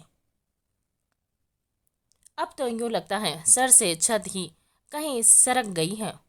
तुमने ही कहा था ना कि इस के होने ना होने से तुम्हें कोई फर्क नहीं पड़ता, लिहाजा इसे जो करना है वो इसे करने दो, मगर तुम कम से कम अपना और मेरा ख्याल करो। चुपचाप ये खाना खाओ और सो जाओ। रफिया बेगम फपक फपक कर रो पड़ी तो मराम के हाथ पैर फूल गए। अपना रोना भूलकर अपने आंसू साफ किए और खाने की ट्रे लाकर माँ के पास रखी। چپ چاپ کھانا خود بھی کھایا اور انہیں بھی کھلایا۔ آپ جا کر آرام کریں، میں باقی کا کچن سمیٹ دوں گی۔ پہلے کی نسبت لہجہ کافی مضبوط اور بے تاثر تھا۔ رفیہ بیگم اب خطرے مطمئن ہو کر اٹھی اور اپنے کمرے میں چلی گئیں۔ پیچھے وہ ایک مرتبہ پھر کیسے تن من سے سلگتی چلتی رہیں۔ شال اٹھا کر کندھے پر ڈالی، کچن میں آ کر باقی کا کچن سمیٹا۔ اس کے ہاتھ کافی سستی سے کام کر رہے تھے۔ کسی کہانی کا انتظار تھا اسے سخت بلکہ کھری کھری سنانے کو، اور وہ وقت بھی جلدی آ گیا جب وہ رات کے 10:30 بجے دھیمے قدموں سے چلتا گھر میں داخل ہوا تھا۔ پورا گھر اندھیرے میں ڈوبا ہوا تھا، صرف کچن اور صحن کی لائٹ جل رہی تھی۔ وہ اپنے دھیان بے دن کے ملگجے سے حلیے میں چل کر اندر آیا تھا۔ دونوں ہاتھ پینٹوں میں جکڑے ہوئے تھے، چہرے پر ہنوز وہی وحشت، سرد و سپاٹ سنجیدگی کا ڈیرا تھا۔ وہ نانو کے کمرے میں جاتا جب مرام کچن سے تیزی سے باہر نکلی تھی۔ وہ اسے دیکھ کر پل بھر کو چونک کر ٹھہرا تھا، مگر پھر اسی بے تاثر انداز میں مرام کو نظر انداز کر کے آگے بڑھنے لگا۔ جب مرام ایک جھٹکے سے اس کے سامنے آن رکی تھی۔ کیوں آئے ہیں آپ یہاں رانا امبریز حیدر؟ جائیں، اپنی بیوی کے پاس جائیں، وہ چٹک کر پھنکار کر بولی تھی۔ آواز دھیمی تھی مگر لہجے بے تحاشا سلگتا تھا۔ اپنی بیوی کے پاس ہی آیا ہوں، سلگتے الفاظ سرد و سپاٹ لہجے میں ادا کیے گئے تھے جو مرام کے سر پر لگے اور تلووں پر پچے۔ کیا مطلب ہے آپ کا؟ اس نے تیش کے عالم میں اپنی مٹھیاں بیچی تھی۔ اس بات کی تفصیل شاید تمہیں پسند نہ آئے گلابی گڑیا، اسی لیے اسے جانے دو، اور اگر نہیں چاہتی کہ میں ہر لحاظ بھول کر، خود سے ہر اختیار کھو کر، کوئی انہونی کرتے ہوئے اپنے سلگتے بھانبڑ کی طرح جلتے جانور روح کو تم سے ٹھنڈک پہنچاؤں تو ہٹ جاؤ میرے راستے سے۔ سرد و خشک کاٹ دار لہجہ مگر انتہائی ناقابل برداشت الفاظ۔ مرام سر تا پیر سلگ کر سرخ پڑ گئی تھی۔ وہ اس کے پہلو سے گزر کر اندر جانے لگا۔ ٹھیک ہے، آپ یہاں آنے سے باز نہیں آئیں گے تو کل صبح ہی ہم دادا والے گھر میں شفٹ ہو جائیں گے، پھر وہاں پیر رکھ کر دکھائیں گا، اور تب مستقل ڈیرے ڈال لیجیے گا یہاں پر، وہ چیخ کر بولی اور جا کر اپنے کمرے میں بند ہو گئی۔ مگر اس کے الفاظ سے رانا امبریز حیدر کو یوں لگا جیسے اس کے کانوں سے خون بہہ نکلے گا، یا آج وہ کچھ کر بیٹھے گا۔ وہ جو اندر جانے والا تھا اب انہی قدموں سے واپس پلٹا تھا۔ دروازہ تقریباً دھڑ دھڑایا جا رہا تھا۔ ہانش نے بیزاری کے عالم میں نیند سے سرخ ہوتی بوجھل نگاہیں بمشکل کھول کر آ کر دروازہ کھولا تھا، مگر سامنے کھڑے وجود کو اس وقت اپنے دروازے پر اس حالت میں دیکھ کر اس کی نیند بھگ سے اڑی تھی۔ وہ ملگجے سے حلیے میں تھا مگر گرے آنکھیں اس وقت جیسے لہو ٹپکا رہی تھی۔ آپ اس وقت آئے، اندر آئیں۔ ہانش نے اس کے لیے دروازے میں جگہ چھوڑی تو وہ آج پہلی مرتبہ دندناتا ہوا اس کے کمرے میں داخل ہوا تھا۔ سب خیریت تو ہے نا؟ ہانش نے اس سے پوچھا، جو اب اپنے بال مٹھی میں جکڑے ہوئے تھا۔ نانی والا گھر تمہارے نام ہے نا؟ کل وہ اس گھر میں جائے گی، مگر میں نہیں چاہتا وہ اس گھر میں ایک قدم بھی رکے، اسی لیے تم اس گھر کے پیپرز لے کر پہلے سے وہاں موجود رہو گی اور اسے اچھے سے بتاؤ گی کہ وہ گھر بھی تمہارا ہے اور وہ اس گھر میں ایک قدم بھی نہیں رکھ سکتی۔ تم سمجھ رہی ہو نا میں تم سے کیا کہہ رہا ہوں؟ انتہائی بے تاثر اور سرد لہجہ تھا۔ ہانش نے اس کی جانب بے یقینی سے دیکھا تھا۔ تب ہانش نے محتاط سے الفاظ میں اس کی بات کی نفی کی۔ مرام کا نام لیے بغیر کے سامنے کھڑے شخص کو پسند نہیں تھا وہ اپنی زبان پر اس کا نام تک لائے، اور یہ حقیقت جان کر اس کی خودداری کو کس قدر تکلیف اور اذیت پہنچے گی کبھی سوچا ہے آپ نے؟ وہ جو یہ سمجھتی ہے کہ وہ چھت کم از کم اس کے باپ کی ہے جہاں وہ پناہ لے سکتی ہے، خود کو کس قدر بے سائباں محسوس۔ شٹ اپ ہانش افروز احمد، جسٹ شٹ اپ۔ میں کچھ نہیں جانتا، جو کہا ہے، جتنا کہا ہے اس پر صبح عمل کر دینا۔ اگر مرام طارق نے اس گھر میں قدم بھی رکھا تو میں سب کچھ برباد کر دوں گا، سب کچھ۔ وہ حلق کے بل دھاڑا تھا۔ ہانش نے اس کی جانب دیکھے گئی مگر وہ وہاں رکا نہیں، اپنی سنا کر وہاں سے جا چکا تھا۔ ہانش نے ایک سرد سی سانس اپنے اندر کھینچی تھی۔ صبح وہ کالج سے فری ہو کر پرانے محلے میں آئی تھی۔ جاب تو اب تک کوئی ڈھنگ کی ملی نہیں تھی، اسی لیے اس نے گھر کو دیکھنے کا فیصلہ کیا اور یہاں چلی آئی۔ گھر کی پرانی چابی اس کے پاس تھی مگر گلی کے کونے میں موجود इकलौते कमरे का दरवाज़ा पहले से खुला देखकर वो बुरी तरह से चौंकी थी। तब झिझकते वो कमरे में दाखिल हुई थी, मगर वहां मौजूद हस्ती को देखकर मराम के पैरों तले से ज़मीन सिरक गई थी। अस्सलाम वालेकुम मराम, कैसी हो तुम? सामने मौजूद हानिश ने इसे खुश दिली से सलाम किया और हाल अहवाल पूछा था। चंद लम्हों को तो वो कुछ बोल ही नहीं पाई थी। तब मराम ने देखा वो सियाह पैंट के ऊपर सियाह शर्ट पहने, पैंट की जेबों में हाथ डाले, चेहरे पर नाकाबिले फहम से तासुरात सजाए, कमरे के आखिर में मौजूद ऊपर जाती सीढ़ियों से नीचे उतर रहा है। राना अमरेज हैदर ने अपनी वहशत भरी निगाहें उठाकर मराम की जानिब देखा था और मराम ने सवाले निगाहों से हानिश की जानिब। होंठ तो जैसे सिल से गए थे और जबान तालों से चिपक गई थी।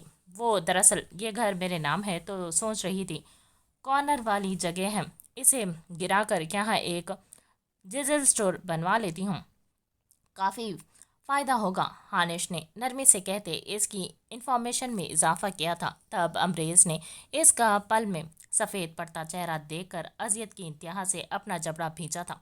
मराम को यूँ लगा जैसे सर से आसमान ही कहीं सरक गया है और वो बेसाया दुनिया में अकेली तन तनहा तपती धूप में खड़ी रह गई है। इसके बाद कुछ कहने सुनने को बाकी नहीं बचा था, इसीलिए वो उल्टे कदमों वहां से निकल आई थी, मगर ऐसे जैसे एक आखिरी उम्मीद भी हार गई हो, जैसे सब कुछ उजाड़ गई हो, जैसे इसका दुनिया पर कुछ भी बाकी ना बचा हो। सिर्फ और सिर्फ इस ख्याल के तहत कि वो दोनों इससे क्या क्या छीनेंगे। वो घर आकर जितना चीख चीख कर रो सकती थी रोई थी कि रफ़िया बेगम और महरुन्निसा को इसे संभालना मुश्किल हो गया था। इस सारी सूरत हाल को जानकर जो कि हानिश ने इन्हें बताई थी ताकि वो घर जाकर मराम को संभाल सकें, इस वक्त अफरोज़ अहमद भी यहीं पर मौजूद मराम को संभालने की तगदो कर रहे थे। वो मुसलसल बिलक बिलक कर अब भी रोए जा रही थी। मेरी बच्ची, संभालो खुद को, इसमें कोई बड़ी बात नहीं। ये जिस घर में तुम मौजूद हो वो तुम्हारा माँ का है, हम सब तुम्हारे अपने हैं, जैसा तुम चाहोगी वैसे ही होगा। तो रोना बंद करो मेरी गुड़िया, अफरोज़ अहमद ने इसे बहलाना चाहा। जैसा मैं चाहूँगी वैसा ही होगा मामू जान, वो चौंक के दौरान अजीब से लहजे में बोली। हाँ हाँ बिल्कुल, कहो मेरी बच्ची, क्या चाहती हो तुम? अफरोज़ अहमद ने तकरीबन इसके पुचकारा था। मेरी शादी हारून भाई से कर दें कल ही। लहजा ज़िद्दी और बाग़िसा था। अगर तो जंग अना और खुददारी की थी तो वो कहाँ कम थी जो इस शख्स के मुकाबिल मैदान में ना उतरती। सो अपना आप मारकर अपने दिल को पैरों तले कुचलकर इस अना की जंग के मैदान में उतरना था। अफरोज़ अहमद लम्हे भर को खामोश हो गए, मगर ठीक है, जैसा मेरी गुड़िया चाहेगी बिल्कुल वैसा ही होगा। रफ़िया, कल की तैयारी करो। वैसे तो किसी ताम झाम की खास ज़रूरत नहीं, सादगी से निकाह होगा और रुखसती भी साथ ही। अब रोना बंद करो गुड़िया, वादा करता हूँ इंशाअल्लाह कल मुलाकात होगी। अफरोज़ अहमद इससे बोलकर जा चुके थे। महरुन्निसा बेगम उठकर खामोशी से अपने कमरे में चली गई। रफ़िया बेगम ने इससे कुछ कहना चाहा, मगर वो जलती आंखों पर हाथ फेरती उठकर वॉशरूम में बंद हो गई। मतलब ये इसका आखिरी फैसला था और वो कुछ कहने सुनने के मूड में हरगिज़ नहीं थी। और फिर ये अगला दिन अपने अंदर काफ़ी पुरस्कारियत लेकर तुलू हुआ था। रफ़िया बेगम ने वाकई कोई ताम झाम नहीं किया था। वो भी सादा से हुलिये में आने वाले वक्त के लिए बिल्कुल तैयार बैठी थी और फिर वो वक्त भी आन पहुंचा जिसका अफरोज़ अहमद से इससे वादा करके गए थे। शायद वो लोग आ चुके थे कि दरवाजे पर दस्तक सुनाई दी थी। और फिर ये अगला दिन अपने अंदर काफ़ी पुरस्कारियत लेकर तुलू हुआ था। मराम के दिल की कैफियत अजीब थी। गले में आंसुओं का फंदा सा अटका हुआ था, सांस सीने में बार बार अटक रहा था। जी चाह रहा था धाड़े मार मार कर रोए। दिल पर इसकी मोहब्बत के सहीफे बचपन से यूं नक्श थे जैसे किसी मेल के पत्थर पर मंजिल के अल्फाज गुंदे होते हैं। पत्थर फना हो तो ही वो अल्फाज फना हो पाते हैं, नहीं तो ताउम्र इस पत्थर के सीने पर वो अल्फाज नक्श रहते हैं। इसके दिल व रूह पर भी तो इसकी मोहब्बत के एहसासात इसी तरह जड़ों तक नक्श थे कि वो इन्हें मिटाए नहीं मिटा सकती थी। मराम ने सादा सी फिरोजी फ्रॉक पैजामे और सियाह शॉल ओढ़े हुए बाहर होने वाली दस्तक को सुनकर कमरे से बाहर झांका था, मगर बाहर दरवाजे पर पड़ोस के बच्चे ने सहन में गिरने वाली अपनी बॉल उठाने की इजाज़त तलब की थी। मराम गहरे सांस भरते बाहर सहन में निकल आई कि अंदरूनी घुटन के अंदर कमरे में सांस लेना दोबार कर दिया था। रफिया बेगम और मेहरुनिसा खामोशी ओढ़े सहम कर सहन में बैठी किसी आने वाले तूफान के खौफ से दम साधे हुए थी। मेहरुनिसा अपनी तस्बीह में मसरूफ थी। अमीन साहब बेहद बीमार होने की वजह से अंदर अपने कमरे में थे। मामा एक तो बज चुके हैं, खाना भी तैयार है, मामू को फ़ोन करें कि लेट क्यों हो रही है। मराम ने बेतासुर व सपाट लहजे में कहते अपने फ़ोन से अफरोज़ अहमद का नंबर डायल किया। रफ़िया बेगम को पकड़ाया। रफ़िया ने फ़ोन कान को लगाया, मगर मुसलसल बेल जा रही थी, मगर कॉल रिसीव नहीं की गई थी। रफ़िया ने नफ़ी में सर हिलाया। चले और वेट कर लेते हैं। लहजा बेतासुर था। वो भी सहन में पड़ी एक कुर्सी पर बैठकर मोबाइल में मसरूफ़ हो गई। लेकिन फिर 2 के बाद 3 भी बज चुके। किसी को नहीं आना था, कोई भी ना आया। मराम ने अफरोज़ अहमद को बार बार कॉल करने की कोशिश की, मगर मुसलसल फ़ोन स्विच ऑफ ही जा रहा था। वो आज के दिन कम से कम कुछ बुरा सोचना भी नहीं चाहती थी, मगर कुछ अनहोनी होने का एहसास बार बार जिस्म में झुरझुरी सी पैदा कर रहा था। मराम के फ़ोन पर वॉइस मैसेज रिंगटोन हुई थी, जो कि अफरोज़ अहमद के नंबर से भेजी गई थी। तो मराम ने जल्दी से खोल कर सुनी, जिसे सुनकर रफ़िया बेगम और मेहरुनिसा बेगम अपनी जगह पर साकत हुई थी, जबकि मराम तारिक ने फटी फटी निगाहों से अपने मोबाइल फ़ोन की जानिब देखा, जैसे समझना चाह रही हो कि जो वॉइस मैसेज में इसे अल्फाज इसे सुनाई दे रहे हैं वो आखिर है क्या। फ़ोन में से राना अफरोज़ अहमद की फूट फूट कर रोने की आवाज़ आ रही थी। इनकी आहें और हिचकियाँ सुनाई दे रही थी। मराम मेरी बच्ची, मैं वाकई सिर्फ हानिश का बाप साबित हुआ। तुम्हारा भी बाप बना होता तो अपनी बेटी से क्या वादा वफा कर पाता, लेकिन नहीं कर सका और ना कर सकता हूँ। मैं और हारून हमेशा हमेशा के लिए सऊदीया जा रहे हैं। मुझे माफ़ कर देना और हो सके तो अमरीज़ से शादी कर लेना। आखिरकार सारे वहम, सारे अंदेशे सच साबित हो गए। मराम सर तपे सफ़ेद पड़ गई थी, मगर इससे ज़्यादा कोई रद्द-ए-अमल देने का मौका ही ना मिला कि बहुत अचानक धाड़ की आवाज़ पर घर का बैरूनी दरवाज़ा खुला था और वो डार्क ब्राउन पैंट के ऊपर ब्लैक टी शर्ट में पूरे जाहो जलाल और अपने जिस्म व जां पर मखसूस वहशतनाक कस्म की दीवानगी व जुनूनियत तारी किए अंदर दाखिल हुआ था। अंदर आते ही किसी को कुछ भी सोचने समझने का मौका दिए बगैर अमरीज़ ने तकरीबन चील की तरह झपट कर मराम का बाजू अपनी वहशी गिरफ्त में दबोचा था। वो जो हनक थक दक हुई बैठी थी, इस अचानक अफ्तार पर भी पत्थर की मूरत बनी रही। वो इसे लिए तेजी से इसके कमरे में दाखिल हुआ। अमरेज़ अमरेज़, रफ़िया बेगम और मेहरुनिसा बेगम चिल्लाती रही थी, और जब इसने कमरे में दाखिल होकर अंदर से कमरा लॉक किया तो वो दोनों मुसलसल दरवाज़ा धड़धड़ाती रही थी, मगर इसने तो जैसे अपने कान बंद किए रखे थे। इसने मराम को कमरे में लाकर अपने पीछे कमरे का दरवाज़ा लॉक किया, इसे बेदर्दी से दरवाजे के पीछे दीवार की जानिब धकेलते दीवार से पिन किया। मराम ने निगाहें उठाई थी, फिर एक नज़र इसकी पैंट में उड़ती हुई छोटी सी पिस्टल पर पड़ी थी, फिर इसकी फूली हुई कनपट्टियों और गर्दन की रगों पर। मराम ने इसकी लहू झलकाती आंखों में देखा और अपनी 18 साल जिंदगी में आज ये पहली मर्तबा हुआ था कि वो इसे देखकर बुरी तरह से खौफजदा होकर सहम सी गई थी कि आज इस पागल संकी के सर पर एक अलग किस्म का खून सा सवार होता दिखाई दिया था। हारून से शादी करनी है तुम्हें? किसी और से शादी करनी है? बोलो। वो अपनी पूरी कुव्वत से इसके चेहरे के पास धाड़ा था कि मराम डर कर मजीद पीछे की जानिब उछली थी। वो जो साकित व सामत सी थी, जोर से आंखें भींचती तो आंसुओं की लड़ियां गुलाबी गालों पर बह निकली। मराम ने तैश इश्तियाल और गुस्से की शिद्दत से इसकी जानिब देखा। कुछ कहने की चाह में लब फड़फड़ाए थे, मगर नहीं, वो जान चुकी थी आज अगर कुछ बोली तो वो कुछ कर गुजरेगा। आज अगर मराम ने अपने लबों से वो अल्फाज अदा किए जो वो हरगिज़ सुनना नहीं चाहता, तो अगले ही लम्हे इसे इस शख्स का खून में लथपथ वजूद ज़मीन पर ढेर होता दिखाई देगा। इसीलिए बेआवाज आंसू बहाते नफरत से मुंह फेर लिया। मगर अगले ही लम्हे अमरेज हैदर ने इसका जबड़ा अपने अपने हाथ के ताकतवर शिकंजे में जकड़कर इसका चेहरा अपनी जानिब घुमाते इसकी आंखों में झांका था। मैंने कुछ पूछा है तुमसे, मेरी बात का जवाब दो। डैम इट, वो फिर चिल्लाया था और मराम के पास इसके इस साइकोपन और जुनून का कोई जवाब था ना इलाज। तभी हमेशा की तरह अपनी जान बख्शी करवाने को गायब दिमागी के आलम में बिल्कुल लाशौरी तौर पर इसने अपने दोनों कांपते हाथ इसके सीने पर रखे थे।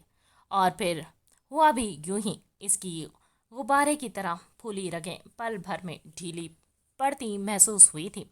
राना अमरेज हैदर की सुर्ख आंखों में अब नमी उतरने लगी। इसने अपने दिल के मुकाम पर रखे इसके नाजुक हाथ पर अपना हाथ धरा तो मराम को होश आया वो क्या कर चुकी है। मराम ने अपने हाथ खींचते चाहे मगर अमरेज ने अपने हाथों में इसके हाथ जकड़ते इसके कंधे पर अपना माथा टिकाया था। मराम को लगा इसका दम घुट जाएगा या अभी रूह जिस्म से परवास कर जाएगी। इसकी सांसों की गर्म जुल्साती हिद्दत मराम के वजूद को जलाकर खाकसर कर देगी।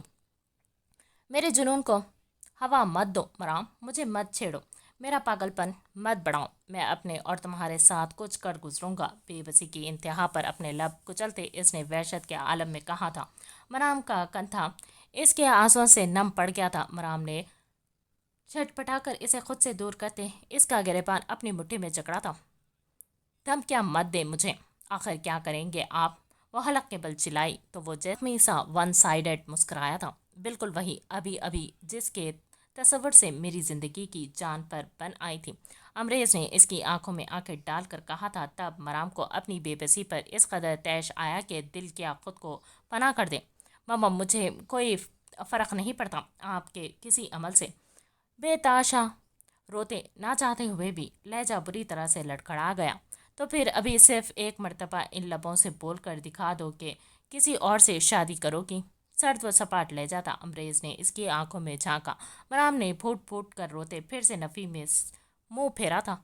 अमरेज ने अपने लब कुचले तब बहुत अचानक झुक कर इसकी कनपट्टी पर अपने जरा से लब रखे। वो जितनी तेजी से इस घर में दाखिल हुआ था इसी तेजी से यहाँ से निकलता चला गया। पीछे मराम ने अपने लबों पर बुरी तरह से हाथ रखते अपनी हिचकियां दबाई थी। मराम फूट फूट कर रोती दीवार से टेक लगाए फर्श पर बिखरती चली गई। रफ़िया और मेहरुनिसा बेगम दहल कर अंदर दाखिल हुई थी। रफ़िया बेगम ने ज़मीन पर बैठकर इसे अपने सीने में भींचा जबकि मेहरुनिसा बेगम पोती को बेबसी से देखे गई। कहा था, शुरू दिन से कहा था इससे दूर रहा करो। जब दिन रात इसका दुम छल्ला बनी रेज रेज की माला जपती थी तो तब अंजाम की परवाह की होती। अब जानती हूँ इसकी बात मानने के सिवाय कोई चारा नहीं है। अरे जब मालूम है वो कहीं और शादी नहीं होने देगा इसकी तो आए दिन इसके हाथों ये तमाशा लगवाने की ज़रूरत ही क्या है। जब सब राज़ी हैं सब ठीक हो सकता है तो आखिर ये बात मान क्यों नहीं लेती इसकी, क्यों अपनी ज़िद पर ऐंठ गई है। मेहरुनिसा का लहजा पुरजलाल था। मराम बेताशा रोते हुए अपनी जगह से उठी थी। अगर वो कहें और शादी नहीं होने देगा तो मैं कंवारी मर जाऊंगी दादी, मगर इस पागल आदमी से शादी नहीं करूंगी। वो भी जिद्दी लहजे में चीखती और भागकर वॉशरूम में बंद हो गई थी। ए लो कमबख्त, एक शेर है तो दूसरा सवा शेर, जीना हराम कर छोड़ा है इन कल के बच्चों ने। मेहरुनिसा बेगम तिल मिलाई थी। वो काफ़ी देर वॉशरूम से बाहर ना निकली तो रफ़िया बेगम मेहरुनिसा को लिए इसके कमरे में से बाहर निकल गई। गहरी रात की तारीकी में भारी बूटों की धमक हॉस्पिटल के कॉरिडोर में गूंजी थी। वो सियाह बख्त शख्स सियाह पैंट के ऊपर सियाह हुडी पहने नाक की सीध में कॉरिडोर से गुजरता एक मखसूस कमरे की जानिब रवां दवां था। आखिर कमरे के दरवाजे तक पहुंचकर वो इत्मीनान से दरवाज़ा खोलकर अंदर दाखिल हुआ था। अंदर हॉस्पिटल के इस सर से कमरे के बीचों बीच सफ़ेद बेड पर एक तकरीबन हड्डियों का ढांचा बना लाकर वजूद बिस्तर पर पड़ा दिखाई भी नहीं दे रहा था। अपनी दोनों तरफ से मशीनों में जकड़ा मसनूई लाइफ सपोर्ट सिस्टम की मदद से जिंदा था। राना अमरेज हैदर की आहट महसूस करके इस वजूद ने तड़प कर अपनी आंखें खोली। जंबीश देते आंखें खोलकर अमरेज की जानिब देखा था जो आम दिनों की तरह खुद पर मौत की सी वहशत तारी के इस वक्त इस वजूद के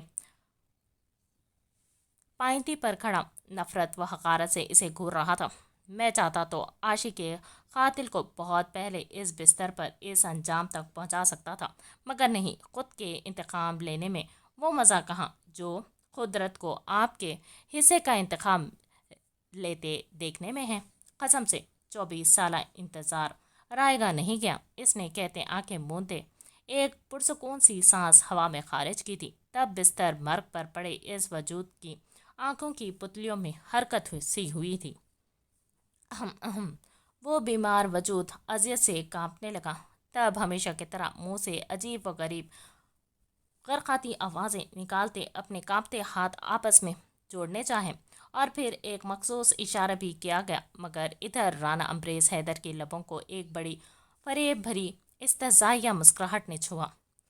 हाँ, मैं जानता हूँ आपने मुझे 1000 बार कहा कि मैं पूरे ख़ानदान को आशिक के कातिल का नाम बता दूँ, मगर नहीं, इस तरह तो आप की अजियत कुछ कम हो जाएगी, जो कि मुझे हरगिज़ मंजूर नहीं है। मैं तो चाहता हूँ कि आप सबके सामने अपने जुर्म का इतराफ़ करते सबको हकीकत बताएं और इस वक्त की अजियत, बेबसी और तकलीफ़ की इंतहा मैं इस कातिल चेहरे पर देखना चाहता हूँ। चाहे मौत की आखिरी हिचकी पर अपने जुर्म का इतराफ़ करें या ये राज सीने में बोझ की सूरत गुनाह अजीम और आखरत का तोक गले में लेकर मरे, मुझे रत्ती बराबर भी फ़र्क नहीं पड़ता। राना अम्बरेज हैदर ने इत्मीनान से कहा था, जबकि बिस्तर बर्ग पर पड़ा वजूद माही भी आपकी तरह तड़पता रो रो कर इसे ये लाइफ सपोर्ट सिस्टम हटवाने का बोल रहा था। तभी अम्बरेज ने नफ़ी में सर हिलाया था, जैसे अगले की बात से मुतफिक ना हुआ हो। ना, ये लाइफ सपोर्टिंग सिस्टम हटवा कर आपको इतनी आसान मौत कैसे दे सकता हूँ।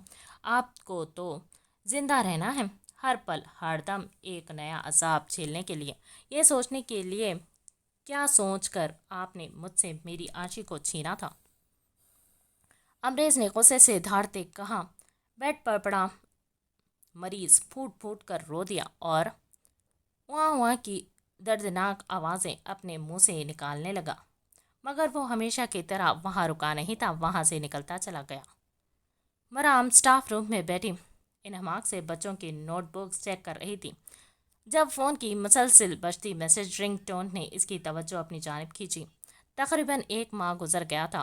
पढ़ाई के साथ इसने एक प्राइवेट स्कूल में पार्ट टाइम जॉब की थी और इस वक्त वो इसी के स्टाफ रूम में बैठी थी। 1 माह से वो दिन में कभी इसके सामने नहीं आया था, मगर वो जानती थी वो रात को इसी घर में वहीं मौजूद रहता है। मराम रात को कम पेश ही अपने कमरे से बाहर निकलती थी। दादी और पूरे ख़ानदान की जानिब से अब भी इस पर इससे शादी के लिए मुसलसिल दबाव था, मगर वो बिल्कुल बेबस हो चुकी थी। मगर इस नीम पागल शख्स ने इसकी सोचों का महवर रहने के लिए नया तरीक़ा निकाला था कि हर वक्त कोई ना कोई मुबहम सा मैसेज इसे भेजता रहता था। मराम नंबर ब्लॉक करती तो फिर दफ़ा नए नंबर से मैसेज आने लगते। मराम ने फ़ोन उठाकर देखा। 3 मैसेजेस थे जिन्हें देखकर इसका दिमाग गुम गया था जिसे देखकर इसका दिमाग घूम गया था। तुझे मैं प्यार करूं और इतना प्यार करूं कि जब तलक मैं जीऊं तेरा इंतज़ार करूं। ये रूह भी मेरी, ये जिस्म भी मेरा, तो मेरी अधूरी प्यास। अभी अभी वो मैसेज देख ही रही थी जब साथ बैठी कोमल ने चीख सी मारी। How romantic Maram! वो शायद मैसेज देख चुकी थी। देखो यार क्या खस्मत पाई है मराम तारिक ने, कि इतना चाहने वाला बंदा रोज़ मैसेज भेज भेज कर पागल हो रहा है। एक हम हैं जिन्हें बिजली गैस के बिलों के अलावा कोई लव लेटर तक नहीं आता। अरे हमारा 25,000 बिल आया है। वो अपनी ही हाँकने में मसरूफ़ थी, मगर मराम के दिमाग में चंद से एक जमाका सा हुआ था। स्टाफ में सुबह से ही घर के बिजली के बिलों को लेकर काफ़ी परेशानी सी थी। मराम इन बेहुदा बेबाक मैसेजेस के बारे में तो भूल ही गई। छुट्टी हुई, जल्दी से घर आई। अब भी हनूज वो 2 हट्टे-कट्टे आदमी बॉडीगार्ड्स पूरी तरह इसकी निगरानी किया करते थे, मगर अब मराम ने गौर करना, परेशान होना ही छोड़ दिया था। वो घर पहुंची। किचन से आती आवाज़ें सुनकर वो किचन में चली आई थी। किचन से डाइनिंग टेबल पर पड़ा ढेरा सारा ग्रॉसरी का सामान रफ़िया बेगम कैबिनेट्स में तरतीब और सफाई से सेट कर रही थी। पास ही मेहरुनिसा बेगम बैठी थी। दोनों ने मराम की जानिब देखा और इस सामान को देखकर जो मराम के चेहरे के तासुरात थे, इन दोनों जो अंदाज़ा लगाना मुश्किल ना लगा कि वो इस वक्त क्या सोच रही हैं। मम्मा, ये सौदा सलफ कहाँ से आया और ये सारा सामान? मराम ने इतने सपाट लहजे में पूछा था कि रफ़िया बेगम के इसके फिर से हंगामा बचाने का सोच कर ही दहल गई थी। और इस घर के बिजली गैस के बिल किधर हैं? मराम ने अपना हैंड बैग टेबल पर तकरीबन पटकते रफ़िया से सवाल पर सवाल किया, जिन्होंने खामोश रहने में ही आफियत समझी हुई थी। तब दादी ने अपनी नाक की फांक पर धरी ऐनक दुरुस्त करती मराम तारिक को सर तक पैर देखा था और रफ़िया को खामोश ही रहने का इशारा किया। ए बीबी, इधर मुझसे पूछो जो पूछना है। बल्कि तुम क्या पूछोगी? मैं पूछती हूँ, तुम्हारी तनख्वाह कितनी है? दादी के बेतासुर लहजे पर मराम ने अपने गुलाबी लब बुरी तरह से आपस में पेवस किए थे। 20,000। मराम ने चंद दिन में मिलने वाली अपनी मेहनत की कमाई का जिक्र काफ़ी सुकून से किया था। मगर तो बिजली का बिल 28,000 आया है और गैस का 6,000। मेहरुन्निसा बेगम ने इसके सर पर धमाका किया था और खामोश होकर फिर से तस्बीह में मसरूफ़ हो गई। रफ़िया ने तरम भरी बेबस निगाह बेटी के धुआं धुआं होते चेहरे पर डाली थी। ठीक है, लाए मुझे थे दोनों बिल। इस घर का सारा बोझ मैं खुद उठाऊंगी। इसके लिए अगर अपना आप बेच जबान को लगाम तो लड़की, बकवास बंद करो। दादी इस पर बरहम होकर भड़क उठी थी। तभी बुलंद आवाज में चिल्लाकर इसे बुरी तरह से झड़क दिया था। क्या और फौल बक रही हो? होश में तो हो बीबी। अभी तो ये बकवास हमने सुनी है और बर्दाश्त भी कर ली है। अगर इसने सुनी तो तुम्हें अच्छी तरह पता है वो गुद्दी में से जबान खींच लेगा तुम्हारी। फिर इसके सामने क्यों भीगी बिल्ली बन जाती हो आखिर? इसकी बकवास पर दादी का गुस्सा किस सूरत कम नहीं हो रहा था। तभी जो मुंह में आया बोलेगी, जबकि हतक और बेइज्जती के एहसास से मराम का चेहरा सुर्ख पड़ गया था। मगर वो अभी जितने गुस्से में थी, मुंह खोलकर इनसे कोई बदतमीजी हरगिज नहीं करना चाहती थी। और सुनो, हमारी फिक्र में दुबले होने की ज़रूरत नहीं है बिल्कुल भी। मेरे मेरे मेरे शौहर और मेरी बहू की हर ज़रूरत का ख्याल रखने को अभी मेरा नवासा जिंदा सलामत है। तुम्हें अपना खर्चा खुद उठाना है तो उठा लो, हमें कोई एतराज़ नहीं। दादी ने चमक कर कहा तो वो अपने आंसू जब्त करती लाल बहू का चेहरा लिए बैग उठाकर अपने कमरे में भागी थी। अम्मी, रफ़िया बेगम ने बेबसी से इन्हें पुकारा था। तुम जानती हो रफ़िया, अगर मैंने भी ज़रा सी नरमी दिखाई तो ये जल्दी कोई उल्टा कदम उठाते, इसकी जिद में खुद को कोई नुकसान ना पहुंचा ले। मेहरुन्निसा बेगम ने नम लहजे में कहते अपनी आंखों से आंसू साफ किए थे। मराम रफ़िया बेगम जो खाना लेकर इसके कमरे में आई थी, इसे आंखों पर बाजू रखे बेड पर लेटे देखकर इसे पुकार बैठी। मराम ने आंखें से बाजू हटाकर और उठ बैठी थी। वो यकीनन बहुत ज़्यादा रोई थी कि आंखें बिल्कुल सुर्ख और सूजी हुई थी। रफ़िया बेगम ने इसके सामने खाना रखा। मम्मा, कैंटीन से सैंडविच खा लिया था, बिल्कुल भूख नहीं है, इसने बेजारगी से कहा। थोड़ा सा खा लो, मना किया था, कैंटीन का गंदा खाना मत खाया करो, बीमार हो जाती हूँ। रफ़िया बेगम के लहजे में बेतहाशा फिक्र थी। तब तब इसने माँ को दिखाने को छोटे छोटे निवाले लेना शुरू किए। मराम ने नोट किया वो कुछ कहना चाहती हैं मगर हिचकिचाहट का शिकार है। मामा, कुछ कहना है आपने? कहीं मैं सुन रही हूँ। मराम ने सर्द सी सांस खींच कर कहा था। शायद फिर कोई लेक्चर, नसीहत या फिर कोई बात मनवाने की कोशिश होगी। मराम, तुम्हारी खाला समन के बेटे मुनीब का निकाह है रात को, जिसमें हमें शिरकत करनी है। वो तुम्हारे कपड़े निकाल कर रखे हैं। मैंने खाना खा कर तैयार हो जाओ। रफ़िया बेगम का लहजा मुल्तजी था। जानती थी वो जाने से साफ इनकार कर देगी। मराम बात सुनकर चौंकी थी। यकीनन तकरीब में उन दोनों की मौजूदगी भी यकीनी होगी। और फिर हुआ भी वही। मम्मा, मैं नहीं चाहूँगी, दादी की तबीयत ठीक नहीं है, कह देना सबको दादी के पास रुकी हूँ, आप और दादू चली जाएं। इसने बेतासुर हतमिया लहजे इख्तियार किया कि रफ़िया को दोबारा कुछ कहने की हिम्मत नहीं हुई। मराम ने अपना हाथ खींचा तो रफ़िया ट्रे लिए किचन में चली गई थी। वो कमरे से निकली थी और रफ़िया और मेहरुन्निसा बेगम की तैयारी में पूरी मदद की। रात के 7 बज के घर के बाहर गाड़ी मौजूद थी। दरवाजे पर दस्तक हुई। मराम के माथे पर बेशुमार बल आए, मगर माँ और दादी का मूड खराब हो जाने के डर से लबों पर खामोशी का खौफल लगाए रखा। वो दोनों घर से निकले तो वो दरवाज़ा लॉक किए अपने कमरे में चली आई। वो नहाकर वॉशरूम में ही टॉवल से बाल अच्छे से रगड़कर कमरे में आई थी। ड्रेसिंग के सामने खड़े होकर बालों से टॉवल निकाला और हल्के नम बाल खुश करने लगी। नीली कमीज शलवार में गोरा गुलाबी रंग चांदी की तरह दमक रहा था। गायब दिमागी का आलम था। इस वक्त इसके दिल व दिमाग समन खाला के खूबसूरत छोटे से लॉन में मौजूद थे, जहाँ से बहुत ही खूबसूरत यादें वाबस्ता थीं। के दफातन आईने में अपने अक्स की पुष्ट पर एक और शख्स के अक्स की शबीह नमूदार हुई थी। ब्लू टू पीस में दराज कद वो शख्स अपनी पैंट की पॉकेट में हाथ डाले हुए जैसे कदम कदम चलता इसके करीब आ रहा था। ग्रे गहरी खुमार आलूद आंखें, मर्दाना वजाहत का शहकार वो शख्स के मराम आईने में अपने तकील को देखकर ही मबूद सी हुई थी। साथ वाले घर से म्यूजिक की बुलंद व बाला आवाज़ गूंजी, जिसे सुनकर वो साथ वाले घर के बच्चे के साथ खूब लड़ा करती, इस पर पत्थर फेंका करती। वो भी इसे चिढ़ाने को आवाज़ मजीद बुलंद करता जाता, मगर आज इन बोफर्स से आने वाली आवाज़ के अल्फाज इसके दिल की तर्जुमानी कर गए जैसे। मराम की आंखें बहुत तेज़ी से नम हुई थीं।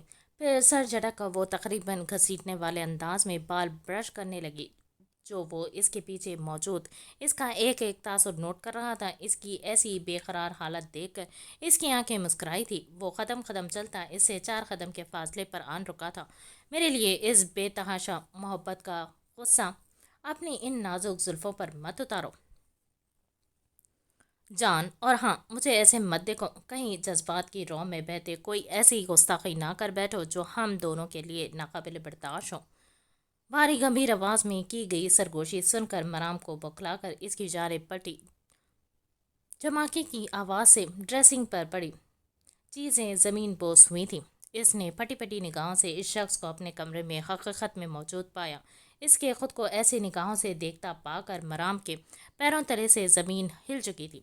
फौरन चेहरे के तासुरात तब्दील करते लपक कर बेड पर पड़ा अपना दुपट्टा उठाकर खुद पर ओढ़ा और एक झटके से इसकी जानिब पलटी थी। आप इस वक्त यहाँ क्या कर रहे हैं? क्यों आए हैं मेरे कमरे में? अपनी बेख्तियारी पर लानत भेज दी इसने चटकते वाले अंदाज में कहा था। मामा ने कहा तुमने फंक्शन में आने से मना कर दिया, तो मैं तुम्हें लेने आया था। जल्दी से तैयार हो जाओ, तुम्हारे बगैर वहाँ सब अधूरा है। इसे सड़ता पैर अपनी निगाहों से जुलते हिसार में रखते इसने गंभीर लहजे में कहा था, साथ साथ अपने कदम मजीद इसकी जानिब सरकाए थे, जिस पर मराम अपने लब भींच कर रह गई। नहीं जाना मुझे कहीं भी, और आपको क्यों लगता है कि आप मुझे जाने का बोलेंगे और मैं कहीं भी मुंह उठाकर आपके साथ चल पड़ूंगी? अब जवाब सुन लिया तो जाए यहाँ से। वो सर्द लहजे में गुर्राई थी। तुम्हें लिए बगैर यहाँ से नहीं जाऊँगा, वो ज़िद्दी लहजे में कहता मजीद इसकी जानिब कदम बढ़ा गया था तो मराम को बेख्तियार पीछे होना पड़ा। मेरे घर में इस वक्त कोई भी नहीं है और मेरे कमरे में किसी गैर और अजनबी की मौजूदगी मुझे बदनाम कर सकती है, इसीलिए इससे पहले मैं मम्मा को फ़ोन करूं तशरीफ़ ले जाएं यहाँ से। जबकि तनाबें हाथ से छूट गई थी। आंसू तवातर से गुलाबी आरज़ों पर बह निकले थे, इसीलिए वो हलक के बल चीख कर बोली थी। वो इससे अब एक कदम के फासले पर आन रुका था। मैं तुम्हारे लिए कोई गैर और अजनबी नहीं रहना चाहता मराम, ना ही कोई गैर अजनबी हूँ। प्लीज़ मुझे और ख़ुद को समझने की कोशिश करो। हम एक दूसरे के बगैर जितना आप मुझे बदनाम कर चुके हैं, लोग मुझे आपकी रखेल कहते होंगे। मराम ने इसकी बात काटते अपने जहर रीले अल्फाज से इसे छन्नी किया तो वो लब भींच कर रह गया। तुम्हारे हाथ में ही है, खुद को मेरी बीवी या मनकूहा भी कहलवा सकती हूँ।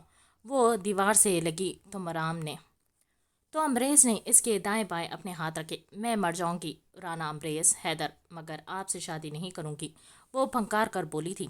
मेरी मोहब्बत में इतनी ताकत है कि तुम्हें अपने फैसले से दस्तबरदार होना पड़ेगा।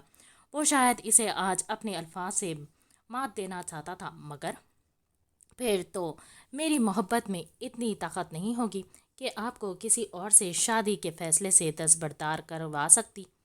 جھوٹی ہوگی میری محبت، وہ زخمی لہجے میں بولی تھی۔ امریز اس کی جانب دیکھ کر رہ گیا۔ مرام، امریز نے اس کے بازو کو چھونا چاہا تھا۔ رانا امریز، حیدر جائے یہاں سے، وہ حلق کے بل چلائی تھی۔ میں تمہارے ساتھ زبردستی نہیں کرنا چاہتا مرام، مجھے مجبور مت کرو، وہ دھاڑ کر کہتا۔ اب اس کے قریب دیوار پر مکہ مار کر بولا تھا۔ آپ سے جو بن پڑتا ہے آپ کر لیجیے گا، کچھ کر کے تو دکھائیے، تب میری لاش سے شادی کر لیجیے گا، وہ بھی چلائی تھی۔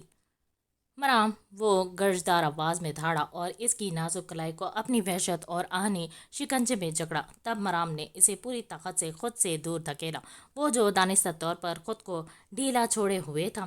اس کی دور ہٹانے پر اپنے لب بری طرح سے کاٹتے سامنے سے ہٹ گیا۔ مرام بھاگ کر واش روم میں بند ہوئی تھی۔ امریز نے اپنے بال بری طرح سے مٹھیوں میں جکڑے اور دل و جاں پہ بے قراری اور وحشت طاری کے اس کے کمرے سے باہر نکلا تھا۔ وہ کمرے سے باہر نکلا تو سامنے سے رفیہ بیگم آتی دکھائی دی تھی کہ طبیعت خرابی کی وجہ سے وہ جلدی گھر لوٹ آئی تھی، لیکن دل میں خوف بھی تھا کہ وہ ان کی غیر موجودگی میں گھر آ کر مرام سے پھر کوئی جھگڑا نہ کرے، کوئی تماشا نہ لگائے جس سے لوگ متوجہ ہوتے مزید ان کی بیٹی کی بدنامی نہ کرے۔ لیکن ان کا ڈر سچ ثابت ہوا، جو انہونی کی شکل سامنے سے چلا آ رہا تھا۔ امریز رفیہ بیگم کی جانب دیکھتے بغیر نگاہیں چراتے وہاں سے جانے لگا تھا جب رفیہ بیگم نے اسے پکارا۔ امریز، انہوں نے پکارا تو وہ پل بھر کو رکا، مگر ان کے اگلے الفاظ پر امریز کو اپنے کانوں سے لہو ٹپکتا محسوس ہوا۔ تمہاری محبت کی اتنی قدر ہے میری نگاہ میں کہ اگر بغیر کسی رشتے کے بھی ماما، وہ کرب و اذیت سے دھاڑا تھا، مگر پھر اپنی مٹھیاں اور لب بھینچتے اپنے غم و غصے پر قابو پانے کی ناکام سی کوشش کی۔ اب آپ کی غیر موجودگی میں اس سے ملنے نہیں آؤں گا، انتہائی تکلیف سے کہتے وہ وہاں سے نکلتا چلا گیا۔ رفیہ بیگم جلدی سے نم نگاہیں لیے مرام کے کمرے میں گئی۔